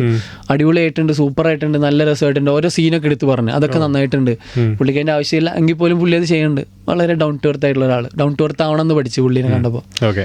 ടൊവിനോ ചേട്ടനെ ഒറ്റ പ്രാവശ്യം കണ്ടുള്ളൂ. നിങ്ങളൊരു വാഴയായിട്ട് ടൊവിനോടെ കാരവാനിൽ കയറി പോകുന്നുണ്ട്. അല്ല, അത് ഞാൻ പറഞ്ഞു 2 പ്രാവശ്യം കണ്ടിട്ടുണ്ട്. അതിന് മുന്നേ ഒരു സംഭവം എന്ന് വെച്ചാൽ ഐഡന്റിറ്റിയിൽ ഞാൻ ചെറിയ പരിപാടി ചെയ്തായിരുന്നു. പക്ഷെ അത് കട്ടായി പോയി. അതിന് അഖിലേട്ടൻ എന്നെ വിളിച്ച് നമുക്ക് അടുത്ത പടം നോക്കാന്നൊക്കെ പറഞ്ഞു. അത് കാരണം എഡിറ്റ് കഴിഞ്ഞ് വന്നപ്പോൾ നമ്മുടെ ആവശ്യമില്ലാണ്ടായി പോയി. അങ്ങനെ തന്നെയാണല്ലോ, നമ്മൾ പടത്തിന് ആവശ്യമുള്ള മതിയല്ലോ പടത്തിൽ. അങ്ങനെ ഐഡന്റിറ്റി സമയത്ത് ഞാൻ പുള്ളീനെ ഒരു പ്രാവശ്യം കണ്ടിട്ടുണ്ട്. അപ്പോൾ പുള്ളിയെ നമ്മൾ അറിയാൻ തോന്നുന്നു, കാരണം അങ്ങനെയാണ് പുള്ളി ബിഹേവ് ചെയ്തത്. അത് കഴിഞ്ഞിട്ട് വാഴയുടെ എന്താ ഒരു പ്രൊമോഷൻ ചെയ്യാൻ വേണ്ടി വാഴത്തയ്യായിട്ട് ഞങ്ങള് പുള്ളിക്ക് അതാ ഞാൻ പറഞ്ഞു. ബേസിക്കലി ഇവർക്കൊന്നും ഇതിൻ്റെ ആവശ്യമില്ല. നമ്മൾ നമ്മളെ പുള്ളിയായിട്ടൊരു ബന്ധമില്ലാത്ത പടം പ്രൊമോട്ട് ചെയ്യാനോ പോണേ. പുള്ളി കാരവനിൽ കയറ്റി നമ്മളെ ഒരു വീഡിയോ എടുക്കാൻ റെഡിയായി. പുള്ളിക്ക് അറിയാം നമ്മളത് പ്രൊമോഷൻ വന്നതാണ്. പക്ഷെ പുള്ളി അതൊക്കെ അഡ്ജസ്റ്റ് ചെയ്ത്. അതെങ്ങനെ കിട്ടിയ അതെനിക്കറിയില്ല, അതെങ്ങനെ വന്നത്. നമ്മളെല്ലാവരും പോയിന്ന് എനിക്കറിയുള്ളൂ. എനിക്ക് തോന്നുന്നു സിജുവിനെ കുറച്ചുകൂടെ അറിയാവുന്നത്. മരണമാസ് ലൊക്കേഷൻ ആയിരുന്നത്. അപ്പൊ സിജു ത്രൂ പോയതാണ്. മരണമാസ ലൊക്കേഷനാണുള്ളത്. പുള്ളിയാണ് പ്രൊഡ്യൂസർ. അപ്പൊ പിന്നെ പുള്ളി കൊളാ പഠിക്കാലോ. ശരി, പൃഥ്വിരാജ്. രാജേട്ടൻ ഓറ എനിക്ക് മനസ്സിലായൊരു സംഭവമാണ്. ഓറ എങ്ങനെ ക്രിയേറ്റ് ചെയ്യാന്നുള്ളത് അത് ഭയങ്കര സംഭവമാണ്. പുള്ളി അത് ഹാൻഡിൽ ചെയ്യണത്. അതായത് പുള്ളിക്ക് എല്ലാവരോടും പുള്ളി സംസാരിക്കും, പക്ഷെ പുള്ളിക്ക് അറിയാം എങ്ങനെ എല്ലാവരുടെ അടുത്ത് നിൽക്കണം. ഗുരുവായൂരമ്മ നടക്കുന്ന സമയത്ത് അത്രയും ആൾക്കാരുണ്ട് അവിടെ. 1000 എത്രയോ ആൾക്കാരുണ്ട് നമ്മുടെ സെറ്റിൽ. പക്ഷെ ഇത്രയും 10-20 ദിവസം പുള്ളി അവിടെ ഉണ്ട്. ആരെയും മുഷിപ്പിക്കാതെ എല്ലാവരോടും ചിരിച്ച്. അതായത് പുള്ളിക്ക് അറിയാം എങ്ങനെ ബിഹേവ് ചെയ്യണമെന്ന് ആൾക്കാരോട്. അത് ഭയങ്കര ഒരു സംഭവമാണ്. സൂപ്പർ. സുരാജ് ചേട്ടൻ എന്താ പഠിച്ചത് ആസ് എ അപ്കമിങ് ആക്ടർ? എത്ര വലിയ നാഷണൽ അവാർഡ് വാങ്ങിയാലും എത്ര വളർന്നാലും ക്യാരക്ടർ മാറരുത് എന്നുള്ളത്. പുള്ളി നമ്മളടുത്ത് നമുക്ക് പുള്ളി വരുന്ന മുന്നേ സുരാട്ടൻ വരുന്നുണ്ടെന്ന് കേട്ടപ്പോൾ നമ്മൾ റൂമിലൊക്കെ വെറുതെ ഞാനോ പോടാ ആ സാധനമൊക്കെ പറഞ്ഞ് കളിക്കുമായിരുന്നു വെറുതെ ചുമ്മാ. അതേപോലെ പുള്ളി നമ്മളടുത്ത് നിന്നേ. പുള്ളി സിനിമയിൽ സീരിയസ് ക്യാരക്ടറൊക്കെ ചെയ്യുമെങ്കിലും റിയൽ ലൈഫിൽ വളരെ അടിപൊളിയാണ്. അത് നമ്മുടെ അടുത്തൊക്കെ ഭയങ്കര ഫ്രണ്ട്ലി ആയി. നമ്മൾ വിചാരിച്ചതിനേക്കാൾ പെട്ടെന്ന് നമ്മുടെ അടുത്ത് കമ്പനി ആയി. നമ്മുടെ റൂമിൽ വന്നിരിക്കും, നമ്മളോട് സംസാരിക്കും. പുള്ളി അവിടെ ഒറ്റയ്ക്കിരുന്ന് ബോറടിക്കും, പുള്ളി നമ്മുടെ അടുത്തേക്ക് വരും. അങ്ങനെ നമ്മൾ പെട്ടെന്ന് തന്നെ ചെല്ലായി. മാറരുത് എന്നാണ് പഠിച്ചത്. മാറരുത്, എവിടെ എത്തിയാലും മാറരുത്. ഷറഫുഖ് ബഡിയാണ്, ദോസ്താണ്. നമ്മൾ റീസെൻ്റ്ലി ചില ഡിസ്കഷൻ ഞാനും സന്ദീപൊക്കെ കാറുകൾ എടുക്കുന്നതിനെ കുറിച്ച് ഒക്കെ ഡിസ്കഷനൊക്കെ ഉണ്ടാകുമ്പോൾ ഷറഫുഖിനോട് ചോദിക്കും, ഷറഫുഖ എന്താണ് അഭിപ്രായം? ഷറഫുഖ വളരെ കറക്റ്റ് ഒരു അഭിപ്രായം പറഞ്ഞു തരും. അതിൽ നമ്മൾ ലോക്കാവും. നമുക്ക് കൺഫ്യൂഷൻ തരില്ല. പുള്ളി പറയും ഇങ്ങനെയൊക്കെയാണ്, ഇങ്ങനെ ചെയ്ത് എങ്ങനെയാവും അതങ്ങ് പറഞ്ഞ് ഒരു കൺക്ലൂഷൻ അങ്ങ് തരും. ഓട്ടോമൊബൈൽ എന്തൂസിയാസ്റ്റ് ആണോ പുള്ളി? പിന്നെ പുള്ളിയുടെ വണ്ടികളൊക്കെ അടിപൊളിയാണ്. പുള്ളിയുടെ അടുത്ത് ഒരു GT ഉണ്ടായിരുന്നു BM-ന്റെ. പക്ഷെ പുള്ളിയെ കൊടുത്തു, എനിക്ക് ഭയങ്കര വിഷമായി. പുള്ളിയുടെ ഇപ്പോൾ ഒരു GTI എന്തുകൊണ്ട് പോളോ, അതും പുള്ളിയുടെ വണ്ടികളൊക്കെ വെറൈറ്റി കളക്ഷനാണ്. കുറച്ച് പിന്നെ എൻ്റെ ഉറക്കം കെടുത്തുന്ന ഒരു പരിപാടിയാണിത്. ഞാനിപ്പോൾ കുറച്ചായിട്ട് ഫോർഡ് എൻഡോവർ എനിക്ക് ഭയങ്കര ഉറക്കം കെടുത്തുന്നുണ്ട്. എനിക്ക് ഉറങ്ങാൻ പറ്റുന്നില്ല എടുക്കായിട്ട്. പക്ഷെ സാധനം ഇവിടെ കിട്ടാനില്ല. അപ്പോൾ അതിൻ്റെ കുറച്ച് തപ്പിക്കൊണ്ടിരിക്കുകയാണ്. വാങ്ങും. ഇപ്പം എക്കോസ്പോർട്ടാണ്. ഞാൻ ഫോർഡ് ലവറാണ്. എനിക്ക് ഫോർഡിൽ നിന്ന് മാറാൻ പറ്റുന്നില്ല. എന്താ ഫോർഡിന്റെ പ്രത്യേകത എന്താ? സ്ട്രെങ്ത്, വണ്ടിയുടെ സ്ട്രെങ്ത് നമുക്ക് ഫീൽ ചെയ്യും. ഫോർഡിന്റെ ഒക്കെ ഡോറ് കാണും, അതിങ്ങനെ തള്ളി വിട്ടാൽ തന്നെ ടപ്പേന്ന് പറഞ്ഞ അടയണ നമുക്ക് ഫീൽ കിട്ടും. വെയിറ്റ് നമുക്ക് എന്താ വെച്ചാൽ നമുക്ക് വണ്ടിക്കകത്തിരിക്കുമ്പോൾ നമുക്കൊരു ധൈര്യമാണ്. നമ്മളിരിക്കുന്ന വണ്ടി പാളയാന്നുള്ളത് നമുക്ക് വണ്ടിയുടെ കൊണ്ടുള്ള ഒരു ധൈര്യം കുറക്കും. അപ്പോൾ വണ്ടി വെയിറ്റ് വേണം. അപ്പോൾ എനിക്ക് വെയിറ്റിന്റെ കാര്യത്തിൽ ഫോർഡിന് ഭയങ്കര വിശ്വാസമാണ്. പിന്നെ ഓഫ്കോഴ്സ് എൻജിൻ പെർഫോമൻസ് കാര്യങ്ങളൊക്കെ ഭയങ്കര സർവീസ് കോസ്റ്റ് കുറവാണ്, ബാക്കിയുള്ള പല ഇവിടെയുള്ള കമ്പനികളെക്കാൾ കൂടുതൽ കുറവാണ്. അങ്ങനെ ഒരു സംഭവമുണ്ട്. ഞാൻ റീസെൻ്റ്ലി എൻഡോവർ ഒന്ന് ടെസ്റ്റ് ഡ്രൈവ് ചെയ്തപ്പോഴൊക്കെ എനിക്ക് ഇപ്പം എടുക്കണം എന്നായിപ്പോയി. കാരണം അത്രയും അടിപൊളിയാണ്. സ്റ്റെബിലിറ്റി 4x4 ഒക്കെ എന്ന് പറഞ്ഞാൽ നമുക്ക് ഏത് കുഴിയിലും ചാടിച്ച് മറിച്ചൊക്കെ പോയാലും ഒരു കുഴപ്പമില്ല വണ്ടിക്ക്. അപ്പോൾ എടുക്കണം. സൂപ്പർ, ഉറപ്പായിട്ടും എടുക്കാൻ പറ്റട്ടെ ഇൻഷാ അല്ലാ. ബാറ്റ്മാൻ ഫാനാണോ സൂപ്പർമാൻ ഫാനാണോ? ബാറ്റ്മാൻ ഓർ സൂപ്പർമാൻ എന്ന് വെച്ചാൽ എന്താ പറയുക? സത്യം പറഞ്ഞാൽ ഞാൻ രണ്ടുമല്ല. അതായത് രണ്ടുമല്ല മീൻസ് ഞാൻ ഈ സൂപ്പർ ഹീറോ പടങ്ങളും കോമിക്സ് ഒന്നും ഞാൻ അധികം കണ്ടിട്ടില്ല. എനിക്ക് പക്ഷേ കുറച്ചുകൂടെ കണക്ഷൻ കിട്ടിയിട്ടുള്ളത് മാർവൽ മൂവീസാണ്. അതെന്താണെന്ന് വെച്ച് കഴിഞ്ഞാൽ ഈ എൻ്റെ ഗെയിം അല്ലേ എൻ ഗെയിമും ഇൻഫിനിറ്റി വാറൊക്കെ ഇറങ്ങിയ സമയത്തുള്ള ഒരു ഓളം കണ്ടപ്പോൾ ഞാൻ ഇതൊക്കെ എന്താ സംഭവം എന്നൊന്നും എനിക്ക് കണക്ഷൻ കിട്ടില്ലല്ലോ, ഞാനിനി കുറച്ച് വേറെ ജനറേഷൻ ആയോ എന്നുള്ള ഡൗട്ട് വന്നപ്പോൾ അത് കാണാൻ വേണ്ടിയിട്ട് ഞാൻ ക്യാപ്റ്റൻ അമേരിക്കയും അയൺമാനും 1, 2, 3 ഇതൊക്കെ 3 ഒക്കെ ഇരുന്ന് അങ്ങനെ കണ്ട് ഈ എൻ ഗെയിമും ഇൻഫിനിറ്റി വാറൊക്കെ കണ്ടിട്ടുണ്ട്. അപ്പം എനിക്കൊരു ഇഷ്ടം തോന്നിയത് മാർവലിനോടാണ്. DC-യുടെ ഞാൻ അധികം ഡാർക്ക് നൈറ്റ് ഒക്കെ കണ്ടിട്ടുള്ളൂ. അല്ലാണ്ട് എനിക്ക് അത് എന്നാൽ തന്നെ എനിക്ക് കുറേയൊക്കെ ബോറടിച്ചിട്ട് ഞാൻ കണ്ടത്. എനിക്ക് അത്രയും കണക്ഷൻ കിട്ടുന്ന പരിപാടിയല്ല. പടക്കളത്തിൽ കുറെ കണക്ഷൻ ഉണ്ട്. ബാറ്റ്മാൻ, സൂപ്പർമാൻ ടീഷർട്ട് ഉണ്ട്. കംപ്ലീറ്റ് അതാണ്. DC-ന്റെ ഒരു പടമാണ്. DC ഫാനാണോ മനു? DC ഫാൻ ആണോന്ന് ചോദിച്ചാൽ അതിലൊന്നും പറയാനില്ല, ഭ്രാന്തനാണ്.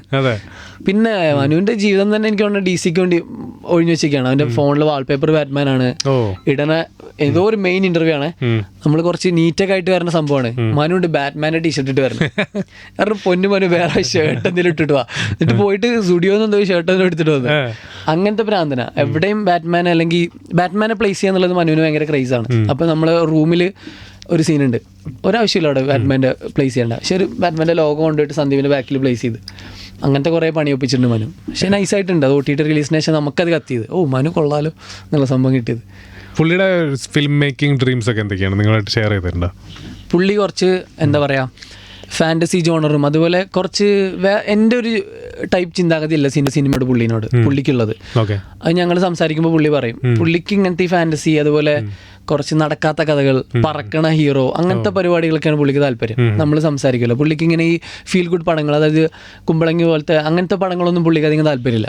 കുറച്ച് എക്സ്ട്രാ പടത്തിൽ എന്തെങ്കിലുമൊക്കെ എക്സ്ട്രാ നടക്കണം, അങ്ങനത്തെ പരിപാടികളാണ് പുള്ളിക്ക് ഇഷ്ടം എന്ന് എനിക്ക് തോന്നി.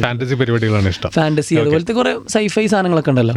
സാഫ് ഭായ്, ഞാൻ ഈ പറയാൻ പോകുന്ന ഓരോ പടങ്ങളിലും ഇതിലേക്ക് എങ്ങനെ ഓരോ പടത്തിനും ഓരോ വഴി ഉണ്ടാവില്ല നമ്മളെത്തിയ. ഞാൻ ഈ പറയാൻ പോകുന്ന ഓരോ പടങ്ങളിലേക്കും സാഫ് ഭായ് എങ്ങനെ എത്തി, അത് കരിയറിൽ അല്ലെങ്കിൽ ഒരു ആക്ടർ നിലയ്ക്ക് ഉണ്ടാക്കിയ ഇമ്പാക്റ്റ് എന്താണെന്ന് പറയണം. ഓക്കെ, 18+ എത്തിയത് ഞാൻ വീഡിയോസൊക്കെ ചെയ്യണം. സൈനാത്തനെ കണ്ടിട്ടാണ്. എന്നോട് ADJ അത് ഷൂട്ടിൻ്റെ ഇടയിലാണ് പറഞ്ഞത്. അപ്പോൾ എനിക്ക് ഭയങ്കര അത്ഭുതമായി. അതെങ്ങനെ പുള്ളി പറഞ്ഞു വെച്ചാൽ അത് നിനക്ക് ഭയങ്കര പാടാണ് ഒരു ലേഡി ക്യാരക്ടർ പുൾ ഓഫ് ചെയ്യാൻ. അത് നിനക്ക് ചെയ്യാൻ പറ്റുമെങ്കിൽ ഇങ്ങനത്തെ ഒരു റോ ക്യാരക്ടറൊക്കെ നീ സിമ്പിളായിട്ട് ചെയ്യും തോന്നിയെന്നാണ് പുള്ളി എന്നോട് പറഞ്ഞത്, ADJ പറഞ്ഞത്. അങ്ങനെയാണ് 18+ലേക്കുള്ള വരവ്. 18+ കണക്ട് ചെയ്തിട്ടാണ് ഗുരുവായൂരമ്പലനടയിൽ എത്തിയത്. അത് കണ്ടിട്ടാണ് വിപിൻ ചേട്ടൻ അന്വേഷിച്ചിട്ടാണ് അങ്ങനെ ഗുരുവായൂരമ്പലനടയിൽ എത്തിയത്. ഗുരുവായൂരമ്പലനടയിൽ എനിക്ക് കിട്ടിയ ഭാഗ്യം എന്ന് വെച്ച് കഴിഞ്ഞാൽ പൃഥ്വിരാജ് പ്രൊഡക്ഷൻസ് ആണല്ലോ, അത് വലിയൊരു പ്രൊഡക്ഷനാണല്ലോ നമ്മുടെ ഇപ്പോൾ കറൻ്റ് ഉള്ള. അതിൽ അഭിനയിക്കാൻ പറ്റിയെന്നുള്ളൊരു ഭാഗ്യം ഉണ്ടായി. പിന്നെ രാജുവേട്ടനെയും സുപ്രിയ മാഡത്തിനൊക്കെ പരിചയപ്പെടാൻ പറ്റി. അതൊക്കെ ഒരു ഭാഗ്യമാണല്ലോ സിനിമയിൽ എത്തുന്നതിനെ സംബന്ധിച്ചിട്ട്. അവിടുന്ന് ടേക്ക് ഓഫ് ചെയ്തോ? അവിടെ നിന്നാണ്, അതിൽ നിന്ന് തന്നെയാണ് നമ്മളെ വിപിൻ ചേട്ടൻ അതുപോലെ തന്നെ കൊണ്ടുപോയി വാഴയിലിട്ടത്. ആ പയ്യന്മാരനാണല്ലോ, സെയിം ആണല്ലോ. അങ്ങനെ വാഴയിൽ എനിക്ക് വേറെ തന്നെ ഒരു പരിപാടി ചെയ്യാൻ പറ്റി, കുറച്ച് ഇമോഷണൽ ആയിട്ടുള്ള. ഞാൻ ഇന്നേ വരെ ചെയ്യാത്തൊരു സംഭവം വാഴയിൽ എന്നെ കൊണ്ട് ചെയ്യിപ്പിച്ചു എന്ന് തന്നെ പറയാം. ഞാനായിട്ട് ചെയ്യുന്നില്ല. അപ്പോൾ എനിക്ക് അറിയാമായിരുന്നു അമ്പലനടയിൽ ഞാൻ ചെയ്തത് ഇത്രത്തോളമാണ്, എനിക്ക് കുറച്ചുകൂടെ അതിന് ചെയ്യാമായിരുന്നു എന്നുള്ളൊരു സാധനം എനിക്ക് ഇപ്പോഴും ഉണ്ട്. അമ്പലനട കാണുമ്പോൾ എനിക്ക് എപ്പോഴും തോന്നും, പക്ഷെ ഞാൻ എന്തുകൊണ്ട് ഇതിലൊന്നും ചെയ്തില്ല, കാരണം കുറേ ചെയ്യാമായിരുന്നു പക്ഷെ ഒന്നും ചെയ്തില്ല എന്നുള്ളൊരു സങ്കടമുണ്ട്. അപ്പോൾ എനിക്ക് വാഴ ഞാനൊരു ഡെഡ് ലൈൻ പോലെ വെച്ചിരുന്നത്, വാഴയിൽ എന്തെങ്കിലും ചെയ്താലേ എനിക്കിനി സിനിമ വരുള്ളൂ. വാഴ ചുമ്മാ നമുക്ക് അങ്ങനെ ചെയ്യാൻ പറ്റുമോ നമ്മൾ വിചാരിച്ചാൽ? നമുക്കുള്ളിലൊരു ഫയർ വേണം, ലൈക്ക് ഇതിൽ നന്നായിട്ട് ചെയ്യണം. കാരണം നമുക്ക് പൊട്ടൻഷ്യൽ ഉണ്ടെങ്കിൽ നമുക്കത് എടുക്കണമല്ലോ. സ്ക്രിപ്റ്റിലുള്ളതല്ലേ നമുക്ക് ചെയ്യാൻ പറ്റുള്ളൂ. അതെ, സ്ക്രിപ്റ്റിലുള്ളത് നമുക്ക് മാക്സിമം കൊടുക്കാമല്ലോ. ഇപ്പോൾ ഗുരുവായൂരമ്പലനടയിൽ എനിക്ക് കുറേയൊക്കെ പ്ലെയിൻ ആയി പോയി സിനിമയിൽ എൻ്റെ എക്സ്പീരിയൻസ് ഇല്ലാത്തതുകൊണ്ടാവാം. അപ്പം എനിക്കൊരു സാധനം ഉണ്ടായിരുന്നു, വാഴയിൽ നമ്മുടെ സാധനം കണ്ടിട്ട് ആൾക്കാർ വിളിക്കണം, അടുത്ത പടങ്ങൾക്കും വിളിക്കണം, ഓഡിയൻസിന് തോന്നണം അവൻ കൊള്ളാലോ തോന്നണം എന്ന് എനിക്ക് ഉണ്ടായിരുന്നു. അങ്ങനെയാണ് വാഴയിൽ എനിക്ക് ആക്ഷൻ സീൻസ് ഉണ്ടായിരുന്നു, ചെറിയ റൊമാൻറ്റിക് സീൻസ് ഉണ്ടായിരുന്നു, കുറച്ചുള്ളെങ്കിലും റൊമാൻറ്റിക് സീൻസ് ഉണ്ടായിരുന്നു, ഇമോഷണൽ സീൻസ് ഉണ്ടായിരുന്നു. ഫണ്ണ് മാത്രമേ ഇല്ലാത്തുള്ളൂ. ബാക്കി എല്ലാ പടത്തിലും എനിക്ക് ഫണ്ണ് ഇഷ്ടം പോലെ ചെയ്യാൻ ഗ്യാപ്പ് ഉണ്ട്. പക്ഷേ ഈ പറഞ്ഞ സാധനങ്ങളില്ലായിരുന്നു. അപ്പോൾ വാഴയിൽ എനിക്ക് കുറച്ചുള്ളെങ്കിൽ ഇത് മൂന്നും കിട്ടി. അപ്പം അത് ഞാൻ അങ്ങോട്ട് എന്തെങ്കിലുമൊക്കെ ചെയ്തിട്ട് അടിപൊളിയാക്കണം എന്നുള്ള മൂഡിൽ. എങ്ങനെ അടിപൊളിയാക്കുക? നമ്മൾ ഉള്ളിൽ അടിപൊളിയാണെന്നുള്ള സാധനം ഉള്ളിൽ കിടക്കുമ്പോൾ തന്നെ ഔട്ട്പുട്ട് വരും എന്നാണ് ഞാൻ മനസ്സിലാക്കിയത്. അപ്പോൾ ആക്ഷൻ ചെയ്യുമ്പോഴാണെങ്കിലും എനിക്ക് നല്ലൊരു ഇടി കിട്ടിയായിരുന്നു തലക്ക്. പക്ഷെ അതിലൊന്നും കുഴപ്പമില്ല, നല്ല ഔട്ട്പുട്ട് വരുമായിരിക്കും എന്നുള്ള വിശ്വാസത്തിൽ നമ്മൾ മാക്സിമം ഔട്ട്പുട്ട് പിന്നെയും കൊടുക്കുക. അല്ലാണ്ട് അതിന് ശേഷം കുറച്ചൊന്ന് വയ്യാണ്ട് ചെയ്യേണ്ടതല്ല. നമ്മൾ കറക്റ്റ് ചെയ്ത് കഴിഞ്ഞാൽ കറക്റ്റ് ഔട്ട്പുട്ട് വരും എന്നുള്ള വിശ്വാസത്തിൽ ചെയ്യുക ആക്ഷൻ ചെയ്യുമ്പോൾ. പിന്നെ ഇമോഷണൽ സീൻസ് എൻ്റെ ഓപ്പോസിറ്റ് നിൽക്കുന്ന ജഗദീഷ് ചേട്ടനാണ്. പുള്ളീൻ്റെ അടുത്ത് എനിക്ക് അധികം ടേക്ക് പോകാൻ പറ്റില്ല. പിന്നെ ബേസിക്കലി ഉണ്ടായെന്ന് വെച്ച് കഴിഞ്ഞാൽ ഞാൻ കുറേ ഒരു സാഡ് സോങ് എനിക്ക് എപ്പോഴും കേട്ടാൽ ഭയങ്കര വിഷമം വരുന്ന ഒരു പാട്ടുണ്ട്. ആ പാട്ട് കേട്ട് ഞാൻ എന്നെ ഇങ്ങനെ ഇപ്പൊ ഇങ്ങനെ എന്നെ തൊട്ടാക്കറിയുന്നുള്ള മൂഡിൽ നിൽക്കായിരുന്നു ഞാൻ. അതെ, അങ്ങനെ അതൊരു ഒരു ഒരു എന്താ പറയാ ആൽബം സോങ് ആണ്.